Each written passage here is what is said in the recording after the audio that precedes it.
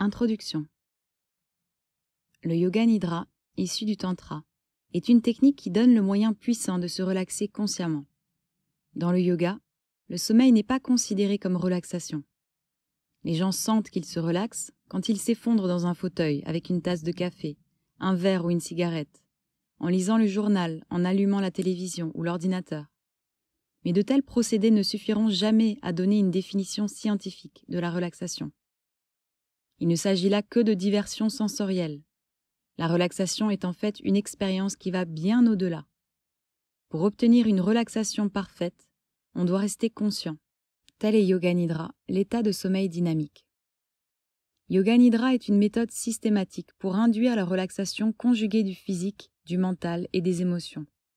Le terme Yoga Nidra dérive des deux mots sanskrits, yoga qui veut dire union ou conscience focalisée, et nidra qui signifie sommeil.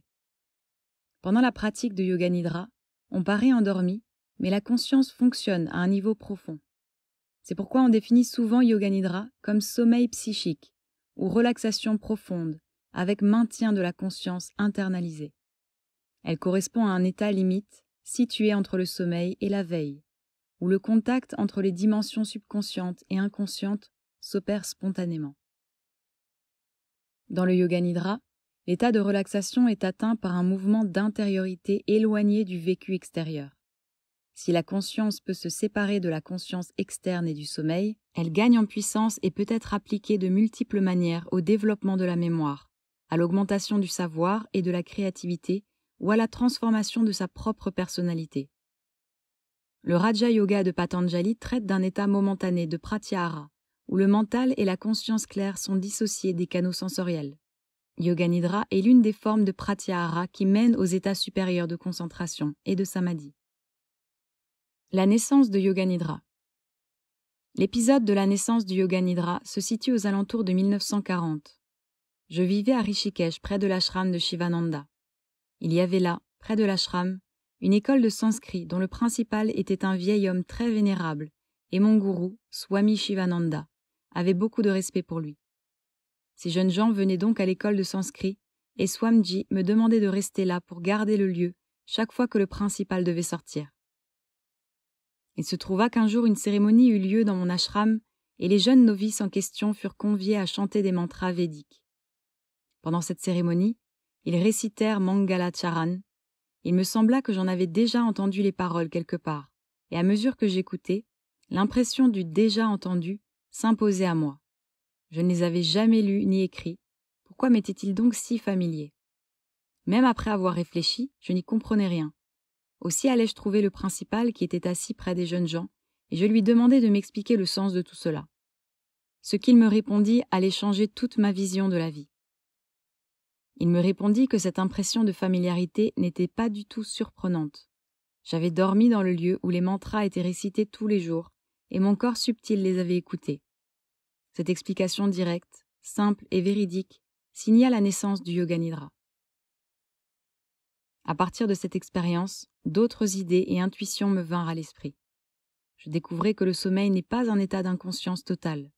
Dans l'endormissement demeure à l'état potentiel une sorte d'attention qui veille, pleinement ouverte aux circonstances extérieures. Je sus que par un entraînement mental, il est possible d'utiliser cet état. Je pensais sans relâche à ce corps subtil qui était capable d'écouter à notre insu.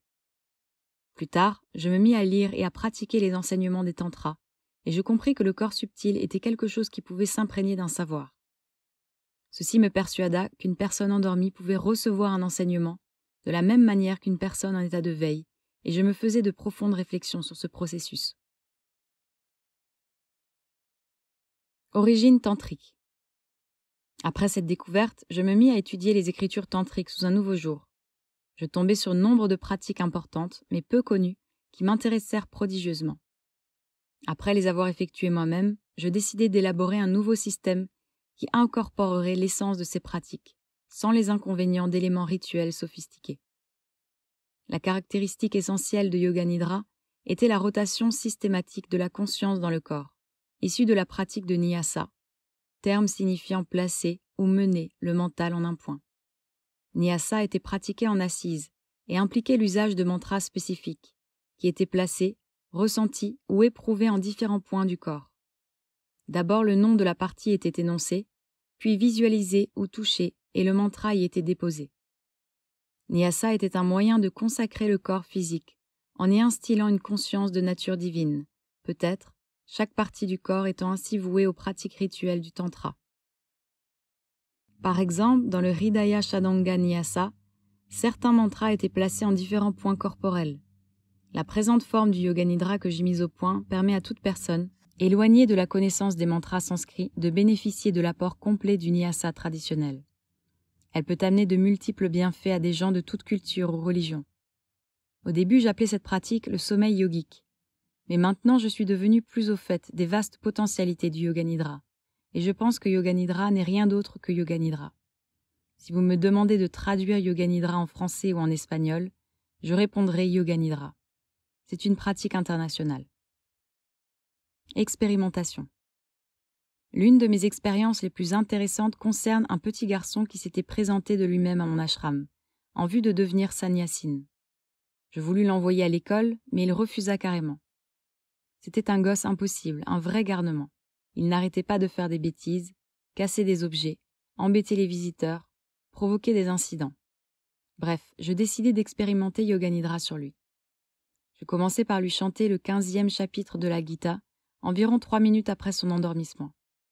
J'insistais pour que, le matin à son réveil, il lise le chapitre en question, ce qu'il faisait, bien sûr, la tête ailleurs. Au bout d'une semaine, il était capable de réciter tout le chapitre par cœur. Cette réussite m'engagea à poursuivre par la lecture d'autres textes. Sur la lancée, je m'arrangeai pour lui enseigner le Srimad Bhagavatam, les Upanishads, la Bible, le Coran, l'anglais, le hindi, le sanskrit, tout ce que je savais, pendant qu'il dormait comme une souche. Je le destinais à devenir mon successeur. Il se nomme Swami Niranjan. Je l'ai envoyé aux USA et dans d'autres pays. Il parle 11 langues, écrit et s'exprime en anglais mieux que moi, sans jamais aller à l'école. Toutes ses études et son apprentissage ont été faits au cours de cette période de 2 ans où je lui donnais le Yoga Nidra et il n'en a pas le moindre souvenir. Peu après, je fis une autre expérience. 30 personnes pratiquaient le Yoga Nidra et environ 10 d'entre elles ronflaient bruyamment. C'est à ce moment-là que je leur donnais la directive suivante. Quand je dirai Hari Om Tat Sat, vous vous redresserez. Je répétais cela 2 fois. Le Yoga Nidra achevé, je leur dis Hari Om Tat Sat. Et tout le monde s'assit, même ceux qui avaient ronflé tout du long. Je leur demandai comment ils s'étaient réveillés. Ils me répondirent, tout d'un coup. Ils n'avaient pas entendu le dernier Hari Om Tat Sat, même si celui qui avait été dit au milieu de la pratique, ce qui ne les avait pas empêchés de suivre mes instructions. Ceci est un facteur significatif. Il nous apprend que même dans le sommeil, votre moi veille. De ces expérimentations, j'ai tiré mes propres conclusions. Le sommeil le plus profond peut bien être en rien le sommeil qu'on croit. Il est fort possible que, lorsque vous dormez à point fermé la nuit, vous ayez plus de conscience, plus de potentiel que lorsque vous rêvez. Cela signifie que, dans votre sommeil, vous apprenez plus de choses que lorsque vous êtes éveillé. Et c'est à partir de là que nous utilisons le Yoga Nidra pour l'évolution mentale. Impressionner le mental. Comment cela se produit-il? La réponse est simple. Lorsque survient une complète relaxation, la réceptivité augmente.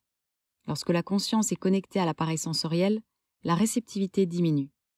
C'est le secret du Yoga Nidra. Par suite du processus d'intellectualisation, la connaissance qui pénètre le cerveau ne s'y imprègne pas vraiment. Mais lorsqu'il y a un léger retrait du mental et qu'on entre dans un état où ni le sommeil ni la veille ne prédominent, toutes les impressions qui pénètrent dans le mental à ce moment-là deviennent puissantes et y demeurent. Il existe des niveaux mentaux distincts. Certains sont comme une terre ferme, d'autres comme des sables mouvants. Le conscient est une terre ferme, parce qu'il opère par l'intellect et la logique. L'intellect engage des processus analytiques. Il n'accepte pas tout, en conséquence, il rejette. Mais la conscience profonde n'agit pas de même. Toute impression que vous plantez là dans le subconscient ne subit pas le rejet. Elle va grandir et ses fruits vont enrichir tous les aspects de votre existence. Pas de souci à se faire quand on dort en Yoga Nidra. Il devient d'autant plus efficace. Vous devez bien garder présente à l'esprit cette injonction. Je vais rester éveillé. Ne tentez pas de dormir, vous feriez fuir Yoga Nidra. Supposons que vous vous passiez un enregistrement et que vous vous endormiez aussitôt. Si vous vouliez en profiter, Il vous faut l'écouter le matin au réveil, avec toute votre attention, ce qui va jeter un pont entre conscient et inconscient. C'est un moyen d'apprendre les langues et toute autre matière. Si vous avez des habitudes à surmonter, les graines adéquates qu'on nomme sankalpa vont d'abord être plantées dans votre inconscient. Ceci va représenter l'importante science de la transformation de soi-même. Le stade hypnayogique. Dans le Yoga Nidra, la conscience se situe dans un état entre veille et sommeil, sans être soumise ni à l'un ni à l'autre. Dans la psychologie moderne, on nomme ce stade hypnagogique, que je préfère appeler hypnayogique, quoique le meilleur des termes soit Yoga Nidra. Le moment où le mental est exceptionnellement réceptif. Les langues et d'autres sujets peuvent s'apprendre rapidement. Les suggestions données à ce moment sont suivies d'effets capables de réduire des habitudes et des tendances non souhaitées. En fait, on peut employer Yoga Nidra pour amener le mental à accomplir n'importe quoi. Tel est le secret des extraordinaires exploits des grands yogis et des swamis. La pratique de Yoga Nidra permet à quiconque de recevoir des intuitions nées de l'inconscient. Cet état correspond à la source de l'inspiration artistique et poétique. C'est aussi l'origine des découvertes scientifiques les plus créatives. Goethe utilisait les inspirations qui lui venaient de cet état pour résoudre des problèmes ayant trait à ses recherches. Dans des rêves surgis de tels moments, Kekule perçut la structure circulaire de la molécule de benzène, le prix Nobel. Niels Bohr eut la vision de la structure de l'atome dans un flash, et Einstein accélérait sa conscience jusqu'à la vitesse de la lumière lors des fameuses expériences de pensée qui devaient le mener à la théorie de la relativité. Les intuitions recueillies dans Yoga Nidra permettent de trouver en soi les réponses à tous les problèmes. On manifeste par là sa vraie nature et toute son intégrité, ce qui rend apte à vivre une vie paisible et riche de sens dans tout environnement. Elle coïncide avec l'ouverture du troisième œil, qui mène la conscience par-delà la personnalité conditionnée, chargée de toutes les tensions et de tous les complexes qui s'y rattachent. Sans plus s'identifier émotionnellement avec le mental et le corps, tout l'être est pénétré d'une conscience divine. Il est dit dans le Tripura Rahasya, par conséquent, réalise avec un mental tranquille ta vraie nature, qui est conscience pure et indivise sous-tendant le mental agité, qui est composé de tout l'univers dans sa diversité. Réalise avec un mental tranquille l'état entre sommeil et veille. Tel est le soi réel, inhérent, où l'on n'est plus leurré. Un poème de Swami Satyananda Saraswati. La relaxation porteuse de félicité. La plupart des gens dorment sans dissoudre leurs tensions. Cela s'appelle Nidra. Nidra signifie sommeil, rien de plus. Mais Yoga Nidra signifie sommeil libéré des fardeaux, un sommeil de félicité, un sommeil de très haut niveau. Lorsque la perception est différente des vrittis, lorsque les états de veille, de rêve et de sommeil profond glissent comme des nuages, mais que demeure la perception de l'Atman, alors survient l'expérience de la pleine relaxation. Relaxation ne veut pas dire sommeil, elle est joie parfaite, elle est infinie. Le bonheur est relaxation sublime. Le sommeil est tout autre chose. Le sommeil n'apporte la détente qu'au mental et au sens. Le bonheur détend l'Atman, le soi profond. C'est pourquoi dans le Tantra, Yoga Nidra ouvre la porte au Samadhi.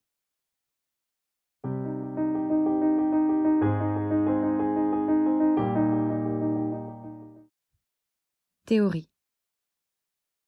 L'art de la relaxation. Le siècle écoulé et les années qui suivent ont été témoins de changements considérables dans le monde entier. Le système social et d'autres ne sont plus du tout ce qu'ils étaient autrefois. Ceci a déterminé à tout niveau une dispersion des énergies humaines. Le mental a perdu, dans toutes les sphères de l'existence, son point d'équilibre et d'harmonie. Nous sommes tellement captivés par la survie matérielle que nous sommes hors d'état de comprendre ce qui nous arrive. Lors des 2 siècles passés, ont surgi des maladies assorties de modes d'expression et de manifestations surprenantes, avec un pic dans les dernières décennies. La médecine a endigué les grandes épidémies, mais nous voici affrontés à des pestes d'un genre nouveau. Les désordres liés au stress, causés par l'incapacité où nous sommes de nous adapter au rythme hautement compétitif de la vie moderne. Les maladies psychosomatiques telles que diabète, hypertension, migraines, asthme, ulcères, problèmes digestifs et maladies de peau viennent des tensions psychophysiques. Les causes premières de mortalité dans les pays développés, cancers et maladies cardiaques, sont créées par les tensions. La médecine moderne a eu beau se collecter avec ses difficultés par divers moyens. À parler franc, elle n'a pas encore réussi à fournir à l'homme la santé qu'il attend. C'est que le vrai problème ne réside pas dans le corps. Il a sa source dans la modification des idéaux, dans la manière de penser et de ressentir. Face à la dissipation d'énergie, la dispersion des valeurs, comment espérer connaître l'harmonie du corps et de l'esprit? Le problème international aujourd'hui n'est pas la faim, ce n'est pas la pauvreté, les drogues ou l'insécurité. C'est la tension, l'hypertension, la méga-tension. Si vous savez vous en libérer, vous êtes à même de résoudre tous vos soucis. Mais si vous arrivez à équilibrer vos tensions, vous êtes capable de contrôler vos émotions, votre colère et vos passions. Vous maîtrisez la maladie cardiaque, la pression sanguine élevée, la leucémie et l'angine de poitrine. Un constat international. Que vous pensiez trop ou que vous ne pensiez rien, vous accumulez des tensions. Supposons que vous ayez un travail, ou pas de travail du tout, vous accumulez des tensions. Que vous ayez un lourd régime protéiné, un régime céréalier ou un régime végétal, vous accumulez des tensions. Des tensions qui se déposent en masse dans les systèmes musculaires, émotionnels et mentaux. Dans le yoga, on traite des tensions à l'aide d'un périscope de large portée. Nous nous rendons compte que si le mental est tendu, l'estomac va l'être aussi.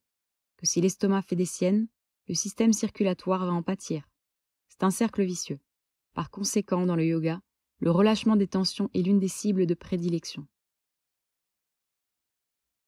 Les tensions internes de l'individu contribuent aux tensions psychologiques collectives qui ont pour terrain possible une vie de famille malheureuse, le chaos et les turbulences dans la société, l'agressivité ambiante et le climat conflictuel entre nations et communautés.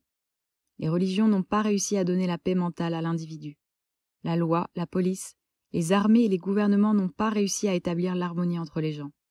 Les textes yogiques sont unanimes à déclarer que la paix se trouve au-dedans, pas au-dehors. Si nous voulons un monde pacifié, apprenons d'abord à nous relaxer et à mettre en phase le corps et le mental. La philosophie yogique, aussi bien que la psychologie contemporaine, énumère les 3 types de tensions qui sont responsables de tous les tourments de la vie moderne. Grâce à la pratique systématique de Yoga Nidra, cette triple tension peut être peu à peu dénouée. La triple tension. Les tensions musculaires sont en relation avec le corps lui-même, le système nerveux et les déséquilibres hormonaux. Elles sont facilement éliminées par la profonde relaxation physique, vécue dans l'état de Yoga Nidra. Les tensions émotionnelles, qui surgissent des oppositions duelles variées, telles que amour, haine, perte, profit, bonheur, malheur, sont plus difficiles à éradiquer. Ceci parce que nous peinons à exprimer nos émotions librement et sans phare. Refusant souvent de les reconnaître, nous les refoulons de plus belle, d'où un effet cumulatif qui va enraciner les tensions préalables. Impossible de les dénouer ni par le sommeil ni par la détente ordinaire. La méthode de Yoga Nidra parvient à apaiser toute la structure émotionnelle du mental. Et enfin, les tensions mentales sont la résultante d'une activité mentale excessive. Le mental est un tourbillon de fantaisie, de confusion et d'oscillation. Dans le parcours de la vie, les expériences enregistrées par notre conscience s'accumulent dans le contexte mental. De temps en temps, elles explosent en affectant notre corps, notre mental, notre comportement et nos réactions. Lorsque nous sommes tristes, en colère ou perturbés, nous attribuons volontiers cet état mental à une cause superficielle. Mais la raison fondamentale qui sous-tend la conduite anormale vient des tensions mentales accumulées. Yoga Nidra est la science de la relaxation qui permet à chacun de plonger profond dans des dédales du subconscient, de dévider et de détendre les nœuds en établissant l'harmonie entre toutes les facettes de l'être. Un repos de qualité. La plupart des gens pensent que la directive est très simple. Allonge-toi et ferme les yeux. Pourtant personne, sauf les scientifiques, ne comprend ce que relaxation veut dire. Vous voici fatigué, vous allez vous coucher et vous vous dites « je me relaxe ». Cependant, vous n'êtes jamais relaxé. En dépit d'un sens superficiel de bien-être, la plupart des gens sont remplis de tensions à demeure. Ils se rongent les ongles, se grattent la tête, se tapotent le menton ou frappent du pied. Ou encore, déambulant inquiets, parlent pour ne rien dire, explosent pour un rien ou fument non-stop. Les gens se comportent de la sorte du fait qu'ils n'ont pas conscience d'être tendus. Ils peuvent croire qu'ils sont détendus, mais un regard lucide leur démontrera l'inverse. Pendant leur sommeil même, les pensées et les soucis tourbillonnent dans leur tête, si bien qu'ils se réveillent en proie à la fatigue. Pour se relaxer à fond, il est indispensable de relâcher les tensions internes du corps, des émotions et du mental. La pratique du Yoga Nidra est la méthode scientifique d'élimination des tensions. C'est une forme efficace de repos psychique et physiologique, ainsi que réjuvénation, plus agissante que le sommeil conventionnel. Ceux qui font de cette technique une routine quotidienne ressentent de profonds changements dans leur rapport avec sommeil. La relaxation systématique d'une séance complète équivaut à des heures de sommeil ordinaire. Une seule heure de yoga nidra est aussi reposante que 4 heures de sommeil. C'est l'un des secrets de l'efficacité de l'énergie surhumaine de nombre de grands yogis, passés et présents, qui ont réussi tant de choses en l'espace d'une brève existence. En fait, la capacité de dormir et de rêver en toute lucidité est un processus évolutionnaire qui a pu être utilisé par nombre de gens exceptionnels dans l'histoire. Les officiers de Napoléon rapportaient qu'il était doté d'une insondable et inépuisable source d'énergie et d'inspiration. Au plus fort de la bataille, au moment décisif, il déléguait le commandement à un subordonné, en prévenant qu'il ne fallait sous aucun prétexte le déranger pendant les 20 minutes où il se retirait sous une tente, allongé sur une énorme peau d'ours. Il entrait en état de yoga nidra. En un rien de temps, ses ronflements sonores et réguliers se mêlaient au fracas de la bataille. 20 minutes plus tard exactement, il émergeait frais, revigoré et sautait en selle, prêt à la victoire. Les secrets d'une transformation. Par la pratique de yoga nidra, nous ne faisons pas que nous détendre. Nous restructurons et reformons notre personnalité de l'intérieur. Tel le phénix, à chaque séance, nous brûlons les dépôts de samskara, les habitudes ancrées pour renaître. Ce processus n'est pas seulement plus rapide que dans d'autres systèmes qui n'agissent que sur une base externe, ses résultats sont aussi plus sûrs et durables. Je vais vous raconter, pour rendre ceci tout à fait clair, une anecdote ayant trait à l'expérience que j'ai menée auprès de criminels endurcis. En 1968, lors d'une tournée mondiale, je fus invité à enseigner le yoga dans un centre carcéral. Dès mon arrivée dans les confins, je vis 600 prisonniers converger vers moi et m'accueillir par des moqueries et des sifflets, en tirant sur mon dhoti. L'un d'eux alla jusqu'à m'offrir un paquet de cigarettes. Ils n'avaient aucun respect, ni sens de l'honneur. Je savais que je n'avais aucune chance de leur faire du hatha yoga dans ces conditions. Aussi décidai-je de tenter yoga nidra. Je leur demandai de s'allonger calmement sur le dos et de se préparer à la technique. Mais ils n'arrêtaient pas de bouger. Ils se donnaient des coups de pied et des coups de poing en criant, en crachant, toutes sortes d'incivilités, et moi, j'attendais qu'ils se calment. Pendant une demi-heure, je ne fis que répéter « S'il vous plaît, fermez les yeux, ne bougez plus ». J'attendais qu'ils me suivent, mais je ne vis aucun résultat. Je finis par renoncer et revins à mon hôtel. Le lendemain, j'appelai le directeur du centre de détention pour informer le personnel que je n'allais pas revenir. « Swamiji, dit-il, vous leur avez jeté un sort, ils sont très calmes depuis votre départ. » On me persuada donc de me présenter à nouveau. La seconde fois que je fus sur place, les mêmes prisonniers étaient tranquillement allongés. Quand je leur demandai de se préparer pour Surya Namaskar, la salutation au soleil, ils me dirent « Non, on veut le yoga que vous nous avez appris hier. » Pendant 6 jours, je leur enseignai yoga nidra, comment se relaxer de haut en bas, de bas en haut, au dehors et au dedans. Tout le corps y passa. Des rapports journaliers m'arrivaient pour m'informer que leur disposition s'améliorait et qu'on notait moins d'échauffourées qu'avant. Le 7e jour, il y eut une cérémonie d'adieu où personne ne manqua. Quand mon tour vint de parler, sortant le fameux paquet de cigarettes, je leur dis « Le premier jour, vous vouliez que je fume. Voici les cigarettes que vous m'avez offertes et que je vais maintenant fumer avec vous. » L'homme qui me les avait données se rua vers moi sur la scène avec forces excuses. « Swamiji, je suis désolé de vous les avoir données. Permettez-moi de les reprendre. » Cet homme, qui avait eu aucun sens des convenances vis-à-vis d'un swami la semaine d'avant, était retourné comme un gant, sans qu'on lui ait donné d'autres enseignements que yoga nidra. Quel est le secret de cette métamorphose? Des sermons? Des remontrances? Non. Le relâchement tensionnel, la relaxation et la paix mentale sont les secrets de la transformation. Quand un homme est sous tension, il le traduit dans sa manière d'être et une fois détendu, il devient lui-même. Il prend contact avec la vraie réalité. Il sait alors se comporter, parce que la connaissance de la vérité sous-tend une conduite juste. Et la connaissance de la vérité ne peut advenir que du moment où vous êtes libéré des tensions.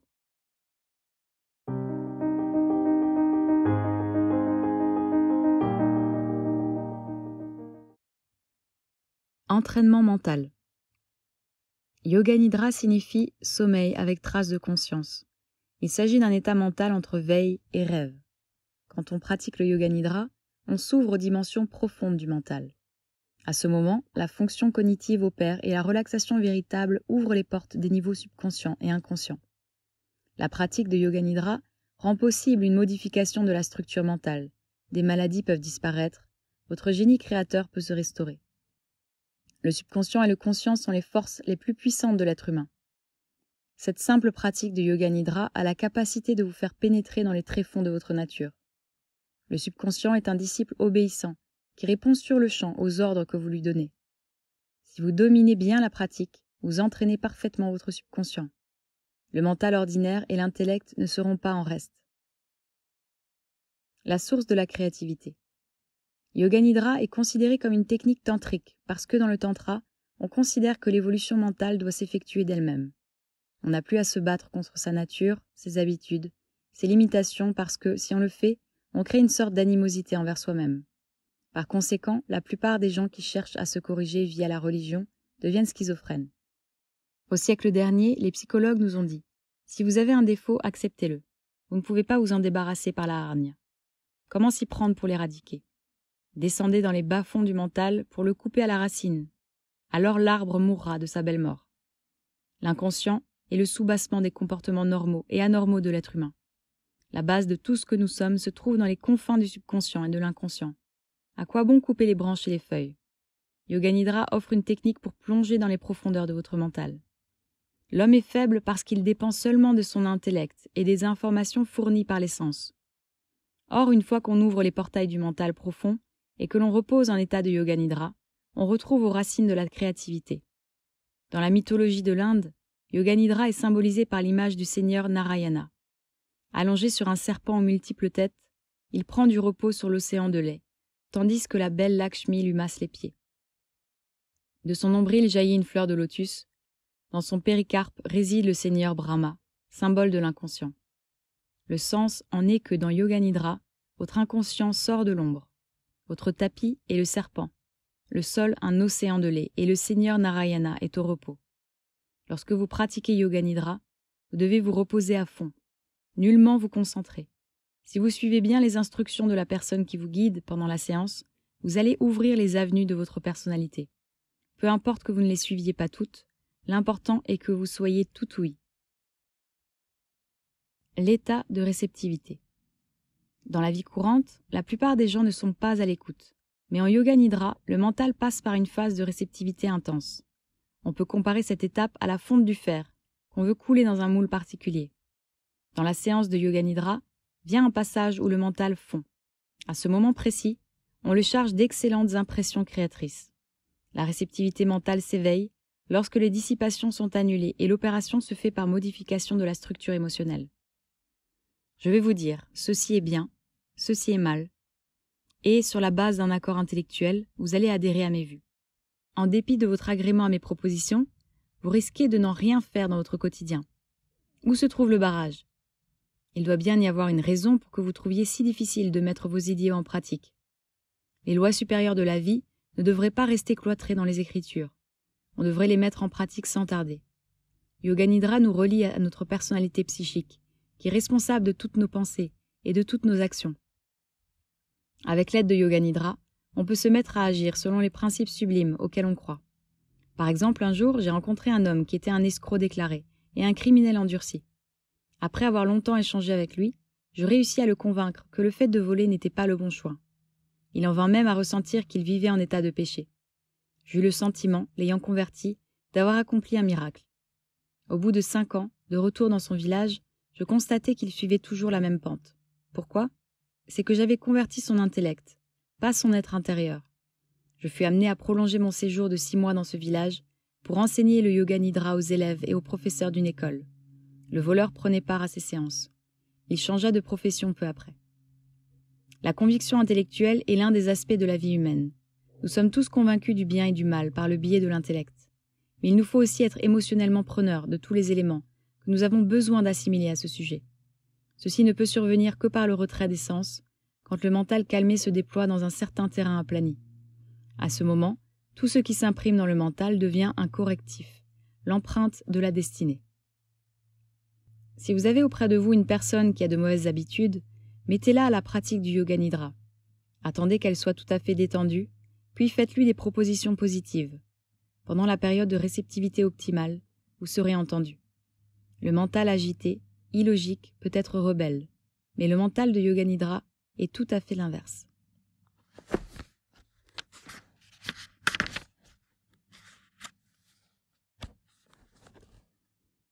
Comprendre la nature humaine. Avant d'appliquer Yoga Nidra à un objectif spécifique, il est nécessaire d'étudier la nature de la personne que vous allez instruire, pour que le contenu de votre enseignement ne la prenne pas à rebrousse-poil. Bien que dans Yoga Nidra vous suggériez de grandes et sublimes choses, la personnalité en face de vous peut s'y opposer. À un stade de notre vie, la plupart d'entre nous se rebellent contre des lois ou des normes établies, ou un certain ordre politique. Peut-être aussi parce que les idées qu'on nous a mises dans la tête sont en porte-à-faux avec notre vraie nature. Chacun a sa nature qui lui échoit de naissance, et on n'y peut rien changer. Dans le yoga, on appelle cette nature Swabhava, nos profondes réactions émotionnelles. On peut modifier ses habitudes et sa religion, mais pas sa nature. La nature s'attache à une personne pour la vie, et elle est responsable de tous ses succès comme de tous ses échecs. Afin de comprendre le caractère d'une personne, il est essentiel d'étudier sa conduite spontanée, plutôt que sa posture intellectuelle. Les adultes ont été tellement endoctrinés que leur comportement est très rarement naturel et spontané. Les enfants ont cette qualité, ce qui les rend capables de se couler dans la pratique de Yoga Nidra et d'en retirer un maximum de bienfaits. Les semailles du changement. Dans le Yoga Nidra, le moyen le plus efficace d'entraîner le mental se trouve dans le Sankalpa que l'on formule à soi-même, à chaque séance. Tout dans la vie peut échouer, mais pas le Sankalpa prononcé durant Yoga Nidra. Sankalpa est un mot sanskrit que l'on peut traduire par résolution. C'est un stade important de la pratique et une puissante méthode de refonte de votre personnalité et de votre orientation dans la vie selon des lignes positives. Si vous savez ce que vous voulez réaliser dans l'existence, le Sankalpa peut être le vecteur de votre destinée. Que vous veuillez être peintre, écrivain, orateur ou leader spirituel, il vous est permis de vous y entraîner, grâce à cette simple technique. Mais d'abord, il vous faut une ligne conductrice. La plupart d'entre nous en sont à errer dans le noir, comme des navires sans gouvernail, des voiliers sans l'ancre pour nous arrimer. On ne sait pas où l'on va, parce que l'on est mené, contraint et poussé par les tempêtes de la vie. On va quelquefois dans le bon sens, mais ne serait-ce pas par habitude, parce qu'on ne peut faire autrement, faute d'un choix possible. En utilisant la technique de Yoga Nidra, on arrive cependant à faire un choix, et ce choix est créé par le Sankalpa, la résolution. Le Sankalpa se présente sous la forme d'une courte affirmation mentale, qui s'imprime dans le subconscient, quand il est réceptif et sensible à l'autosuggestion pendant la séance. Le Sankalpa doit être formulé non pas dans les moments où l'on est intellectuellement actif, mais lorsque le mental est calme et tranquille. Avant et après la pratique de Yoga Nidra, un court moment est dévolu au Sankalpa. La résolution prise au début de la pratique équivaut à planter une graine et la résolution répétée à la fin équivaut à l'irriguer. Le Sankalpa consiste en une détermination, celle de devenir quelqu'un ou d'accomplir une action valable. Chacun a ses désirs et ses ambitions, mais la plupart d'entre nous se sentent perdus, épuisés ou écrasés. De même que, lorsqu'on jette des graines à la volée, certaines vont germer et le reste pas. Le Sankalpa est une graine que vous créez et que vous semez dans la plate-bande appointée de votre mental. Quand celui-ci est clair, le Sankalpa pousse à merveille. Si l'on prépare bien le terrain, qu'on ôte les mauvaises herbes, avant de semer la graine, elle va germer et prospérer. De même, vous avez un mental et vous avez une idée. Si vous préparez le terreau mental, l'idée bien plantée va prendre de l'ampleur et devenir un puissant levier dans votre vie. Beaucoup de gens se font des résolutions intellectuelles qui portent rarement leurs fruits, du fait que la résolution n'est pas plantée assez profond, et de plus à un moment où le mental est perturbé et non préparé. Pour réussir, le Sankalpa doit être mis en place quand le mental est détendu et susceptible de s'en imprégner. Le climat de Yoga Nidra permet de rassembler les immenses énergies mentales qui vont amener à maturité cette graine puissante bien enracinée. Elle va finir par se manifester au niveau conscient en apportant des changements dans votre personnalité et votre vie. Chacun de nous a le pouvoir inhérent de remodeler sa propre structure mentale. Il n'est pas de personnalité qui soit dépourvue de la propriété de transformation et il n'existe nulle peur ou obsession, si profondément ancrée soit-elle, qui ne puisse être modifiée. Pour transformer le parcours de son existence, rien de tel que le Sankalpa répété pendant la séance de Yoga Nidra. Y a-t-il une tendance ou habitude négative dans votre vie que vous veuillez éliminer? Dans ce cas, ayez recours au Sankalpa positif. Le germe du changement réside au cœur de la résolution prise en Yoga Nidra. Le Sankalpa est une technique puissante. à utiliser avec intelligence. Elle peut servir à des fins thérapeutiques, mais on devrait la réserver à de plus hauts desseins, tels qu'atteindre à la réalisation de soi ou à l'état de samadhi. Mieux vaut choisir un sankalpa qui va transformer toute la personnalité et vous apporter équilibre, joie et plénitude. Lorsque le sankalpa devient moteur de changement, on rencontre partout le succès.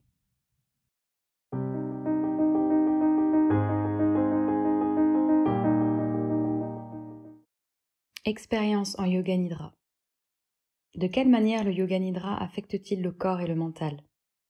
Il est à même de relaxer tout l'organisme, d'éveiller le corps psychique, de donner à vivre l'expérience du plan astral, de dissoudre les pressions pesant sur le système coronarien et d'exercer aussi une influence sur les tissus cérébraux.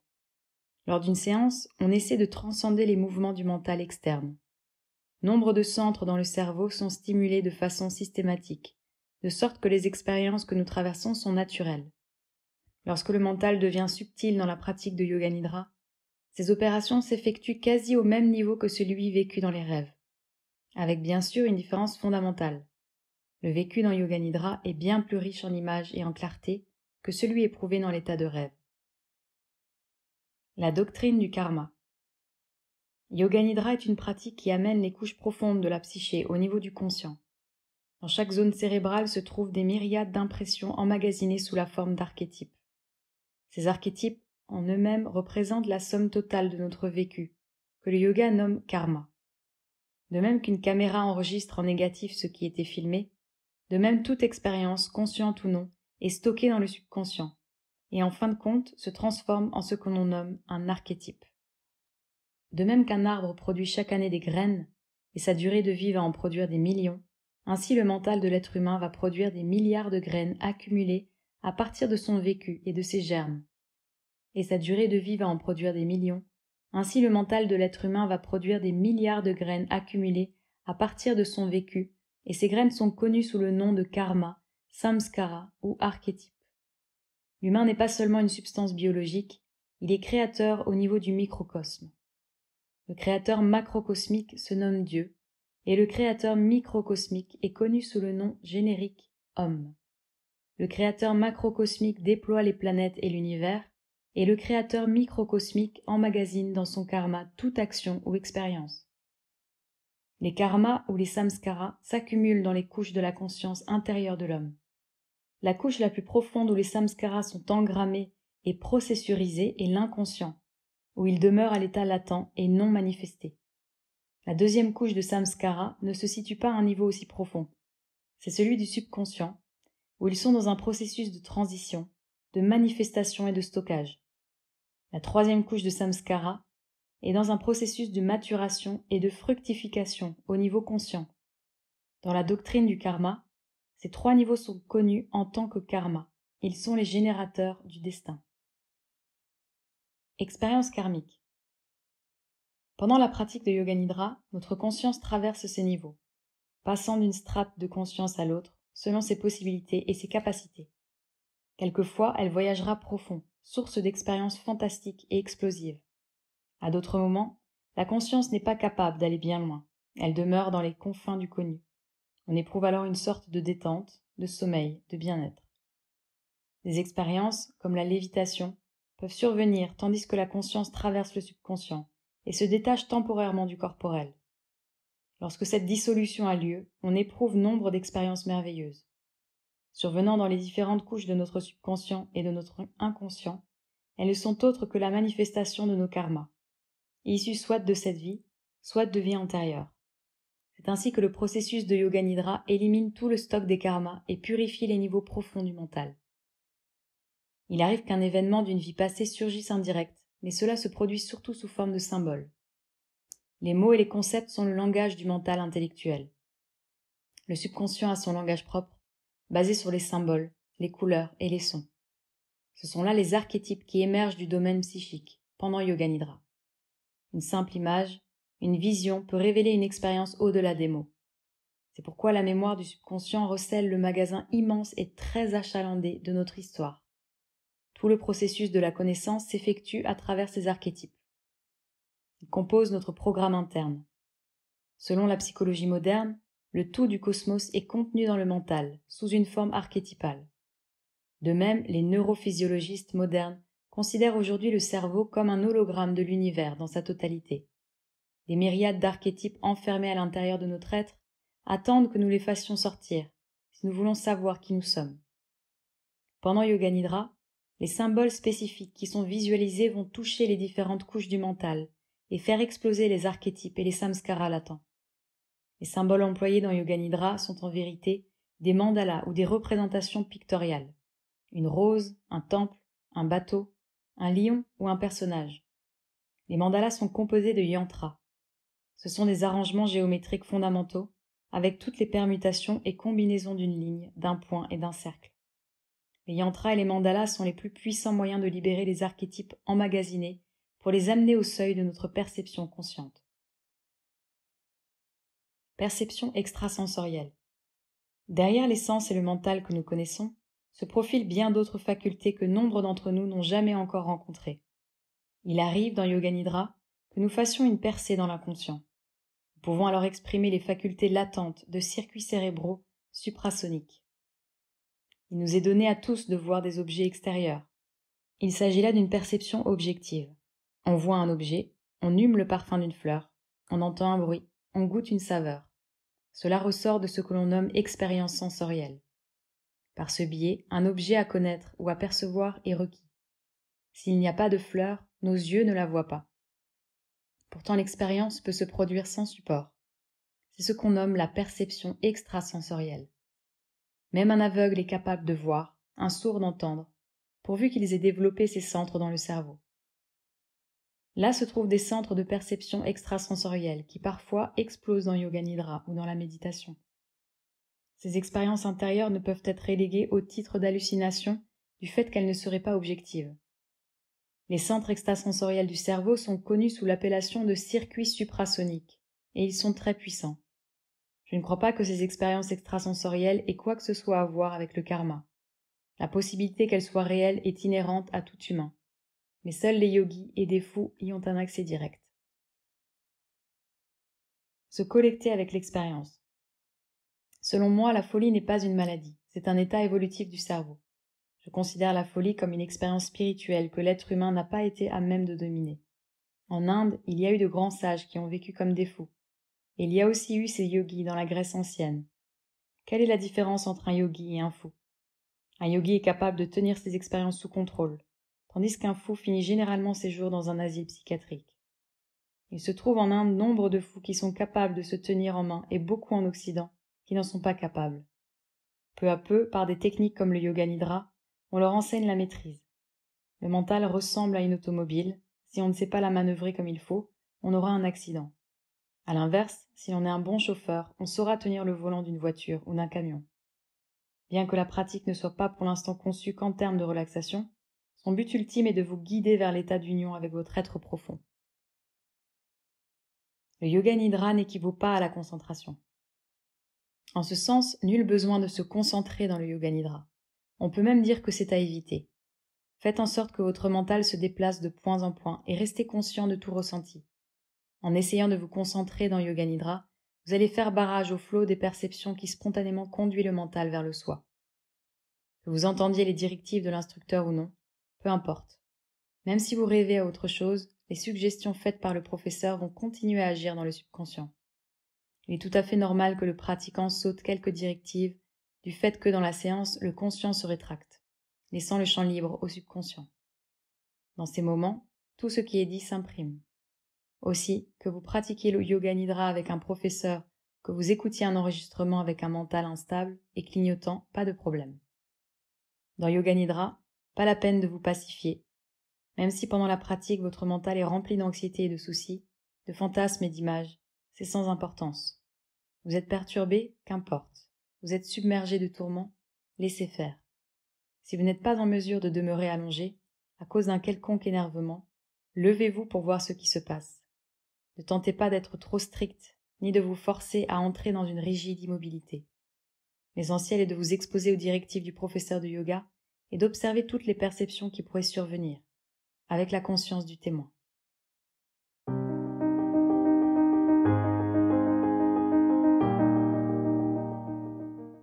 Le processus de Pratyahara. Dans le système yogique, le Yoga Nidra est considéré comme une catégorie du Raja Yoga. L'exposition classique du Raja Yoga se trouve dans les Yoga Sutras, une collection magistrale de 196 sutras ou aphorismes, écrits par le sage Patanjali plusieurs siècles avant l'ère chrétienne.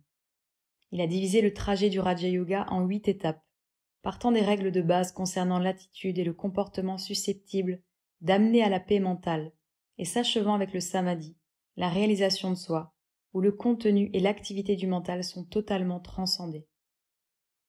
Les étapes du Raja Yoga.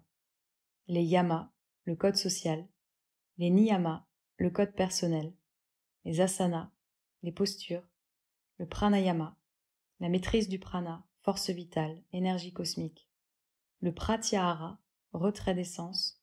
Dharana, la concentration. Dhyana, la méditation. Et le samadhi, la conscience transcendantale. Les 4 premiers stades sont préparatoires, on peut les dire stades externes, et cela donne lieu à des pratiques spécifiques. Ils sont effectués essentiellement au niveau du conscient, la partie rationnelle analytique, qui est active à l'état de veille ordinaire. Les 4 derniers stades sont d'ordre supérieur, ce sont les états de conscience en même temps que les pratiques requises pour les atteindre. Ces stades ultimes impliquent le subconscient, réservoir de toute expérience, ainsi que l'ego, qui régule le flux d'informations pour le diriger vers le conscient. Le retrait du mental. Yoga Nidra, qui est essentiellement une méthode de Pratyahara, appartient au stade supérieur du Raja Yoga. La perception se dégage peu à peu du monde extérieur, du corps physique, du processus respiratoire, du conscient, pour atteindre l'inconscient. À des stades avancés, la relaxation étant complète, Yoga Nidra implique dhyana et samadhi. Dans la pratique de Yoga Nidra, le mental se focalise peu à peu. Dans le but de prévenir le retrait total de la conscience qui mènerait au sommeil, la perception est maintenue pour l'attention auditive. Les autres terminaux sont désengagés, et leurs connexions avec le cortex cérébral sont dissociées, si bien qu'aucun message ne circule par le canal du système moteur. Par ailleurs, les sens ne cessent de transporter les stimuli au cerveau, où les messages sont relayés et les organes d'action automatiquement stimulés, qu'on le ressente ou pas. Lorsque les sens sont déconnectés pour un temps pendant la séance, on atteint le 5e stade de Patanjali, celui de Pratyahara. La science du yoga est fondée sur la réceptivité de la conscience. Lorsque la conscience opère via l'intellect et la sensorialité, on se croit éveillé et conscient, mais en fait, le mental est plus rétif. Lorsque la conscience opère par un seul canal sensoriel, par exemple l'ouïe, sa sensibilité augmente grandement, tout en restant partielle. Supposons qu'elle se désencombre de toutes les associations sensorielles. Elle devient alors totale. Cet état est si profond que même la prise de conscience de soi est annihilée. Durant la concentration, vous savez que vous êtes en train de vous concentrer, mais en état de Yoga Nidra, vient un moment où on ne sait même plus qu'on y est. Lorsque le mental se coupe de tous les canaux sensoriels, il devient super puissant, et c'est là qu'il a besoin d'entraînement. Sauf dans le cas où le système nerveux autonome a été préalablement entraîné, il n'y a pratiquement nulle différence entre Yoga Nidra et sommeil. Dans Yoga Nidra, on entraîne le mental en le faisant passer au travers d'une série de pratiques qui amènent à l'état de perception souhaité. Du point de vue scientifique, il a été prouvé que lors de la séance, on n'est pas dans un morne état de concentration. En fixant son attention sur les parties du corps, les sensations ou les visualisations requises, on accède en fait aux commandes des centres supérieurs du cerveau. C'est ainsi que le contrôle involontaire s'établit et que la conscience est maintenue, sans que les canaux sensoriels fournissent leur lot d'informations habituelles. État limite. Pendant la séance, la conscience opère à différents niveaux. Certaines fois, elle s'approche des sens et d'autres fois, elle s'en éloigne beaucoup. Dans ce dernier cas, on ne peut rien percevoir autrement que par le biais des fonctions auditives. Pendant Yoga Nidra, la conscience est suspendue quelques instants par période, ce qui signale qu'elle alterne entre les états subconscients et conscients. Lorsque Pratyahara prend de l'ampleur, se produit une isolation plus ou moins grande du cerveau. Durant cette séquence, le liquide cérébral qui circule tout autour du cerveau se charge d'un haut potentiel énergétique. Le docteur Itzhak Bentov a développé un modèle scientifique très au point pour décrire le processus. Il a enregistré la présence d'ondes vibratoires verticales qui se dressent dans le système circulatoire au cours de la méditation.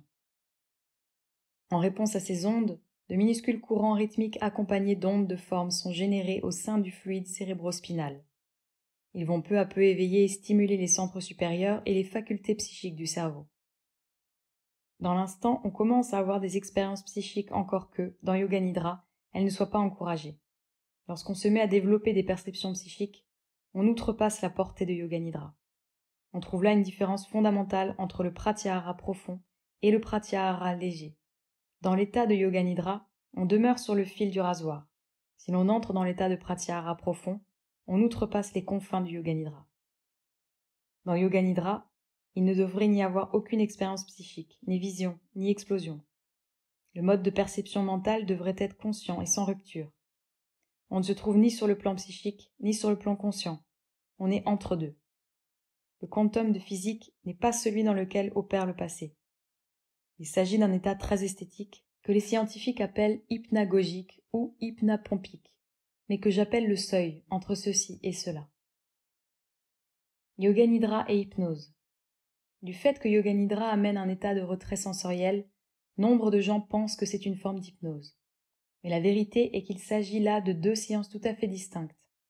Bien qu'elles partent du même point de relaxation et de réceptivité, Yoga Nidra se dirige dans un sens et l'hypnose dans l'autre. L'état mental atteint dans Yoga Nidra va bien au-delà de l'hypnose, car lorsque le mental se dissocie de la connaissance sensorielle, il ne passe pas par un état d'hypnose. Cependant, si vous déconnectez les canaux sensoriels tout en maintenant la perception, vous allez pouvoir transcender les barrières de votre personnalité et atteindre toute profondeur ou hauteur.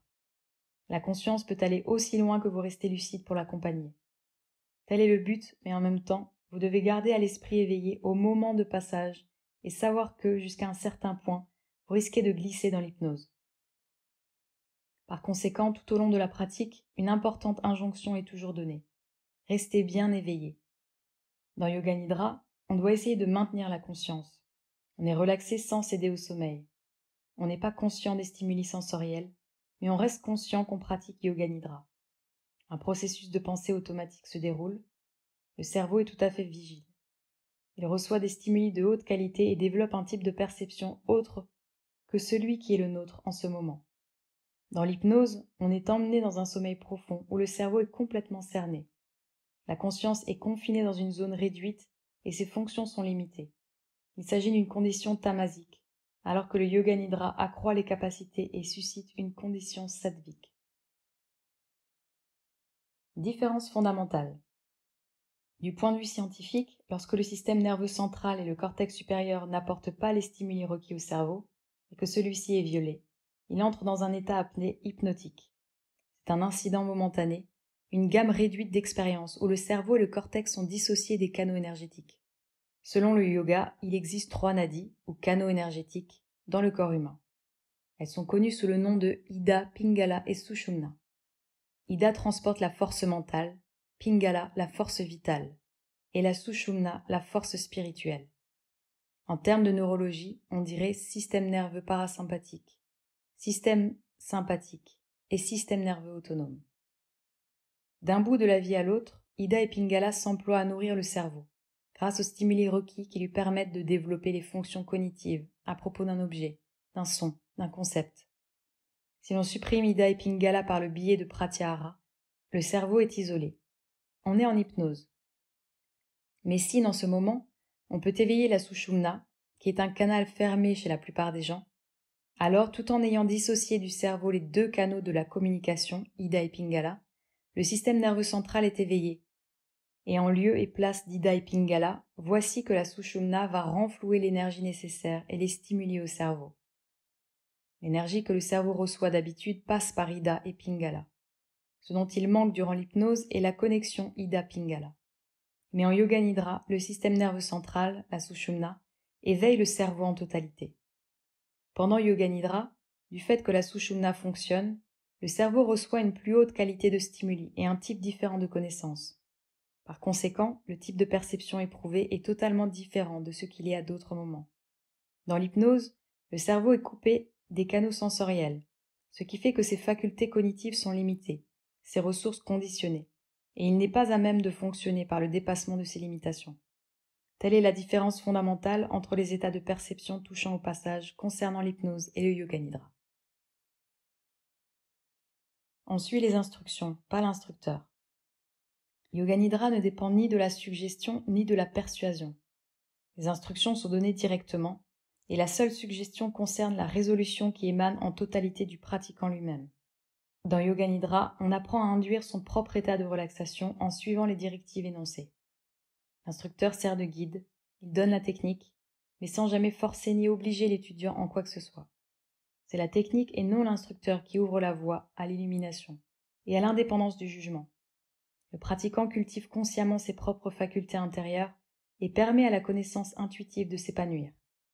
Même si les mauvaises habitudes ou le comportement de l'étudiant retentissent sur lui, l'instructeur reste en dehors et n'effectue aucune tentative pour changer son caractère. Telle est son attitude en accord avec la pratique de Yoga Nidra. Une sorte de lavage de cerveau. Bien entendu, le Yoga Nidra est une méthode qui peut être utilisée pour corriger de mauvaises habitudes ou manières d'être. D'où la question que posent certains. N'est-ce pas une forme de lavage de cerveau? En fait, le lavage de cerveau est une méthode mise au point en vue d'un chantage politique.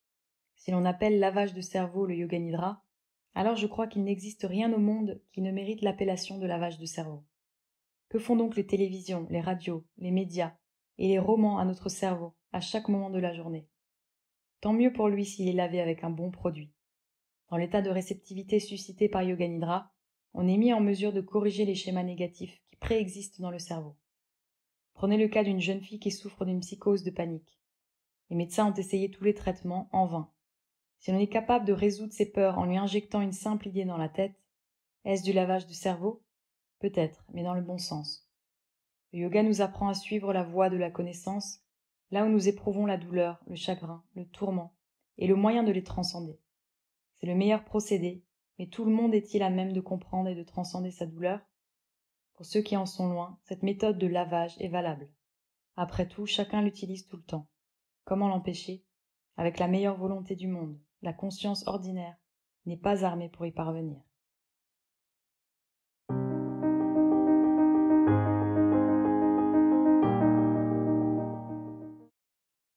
Yoga Nidra et cerveau. La neurophysiologie contemporaine a démontré qu'il existe une relation évidente entre le corps et le cerveau, fait qui a été mis en lumière par les anciens yogis il y a des milliers d'années. En employant des électrodes pour stimuler certaines zones de la surface cérébrale, les neurochirurgiens ont montré que chaque partie du corps est précisément projetée le long de la scissure de Rolando, pli du système moteur situé dans le cortex. Relaxer le mental en relaxant le corps. Nous arrivons au point de rencontre entre la neurochirurgie d'avant-garde et la technique de méditation du Yoga Nidra. Si vous l'avez déjà pratiqué, vous reconnaîtrez les emplacements inscrits sur le cortex sensorimoteur comme étant précisément celle de la rotation dans les parties corporelles, où circule notre conscience. Le cerveau est le médiateur physique de la conscience qui relie le mental, le corps et les émotions en une unité harmonieuse. Le neurochirurgien influence le corps en stimulant le cerveau. Le pratiquant démarre par l'autre extrémité des circuits nerveux. Il énergise la perception corporelle en vue de stimuler le cerveau. Le déplacement progressif de la conscience dans les parties du corps n'induit pas seulement la relaxation physique, il purifie tous les circuits nerveux qui vont au cerveau, à la fois ceux qui commandent l'action physique et ceux qui sont en relation avec l'entrée des informations. D'emblée, on parvient à couvrir totalement la matière cérébrale. C'est ainsi que le Yoga Nidra relaxe le mental en passant par le corps. L'homonculus moteur, drôle de petit bonhomme. Les chercheurs ont nommé cette carte neuronale, sorte d'hologramme du corps physique, ayant son site dans la matière blanche du cerveau, homonculus moteur ou petit homme. Toutes les parties du corps par lesquelles passe la conscience dans un mouvement de rotation peuvent être localisées là. Par exemple, pouce de la main droite, deuxième doigt, troisième doigt, quatrième doigt, cinquième doigt, paume, dos de la main, poignet, coude, épaule, aisselle, côté droit, rotule, mollet, cheville, talon, gros orteil, deuxième orteil, troisième orteil, quatrième orteil, cinquième orteil. Cependant, en termes de tissu cérébral, on a remarqué l'importance des mains, des doigts, des lèvres et du nez, qui occupent des zones proportionnellement beaucoup plus vastes que la taille des dimensions concrètes de ces parties du corps. Et ce sont justement ces mêmes parties qui reçoivent un traitement appuyé pendant la rotation de conscience.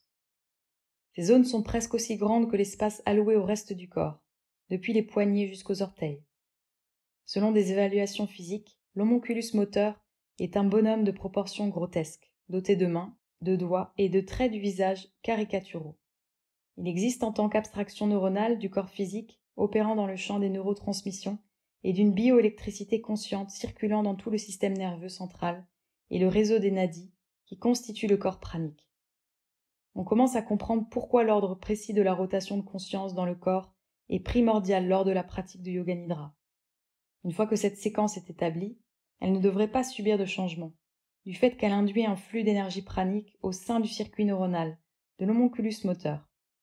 Ce courant est accompagné d'une expérience de relaxation, relâchement ou lâcher-prise, du fait que survient une dissociation entre conscience spontanée et canaux moteurs.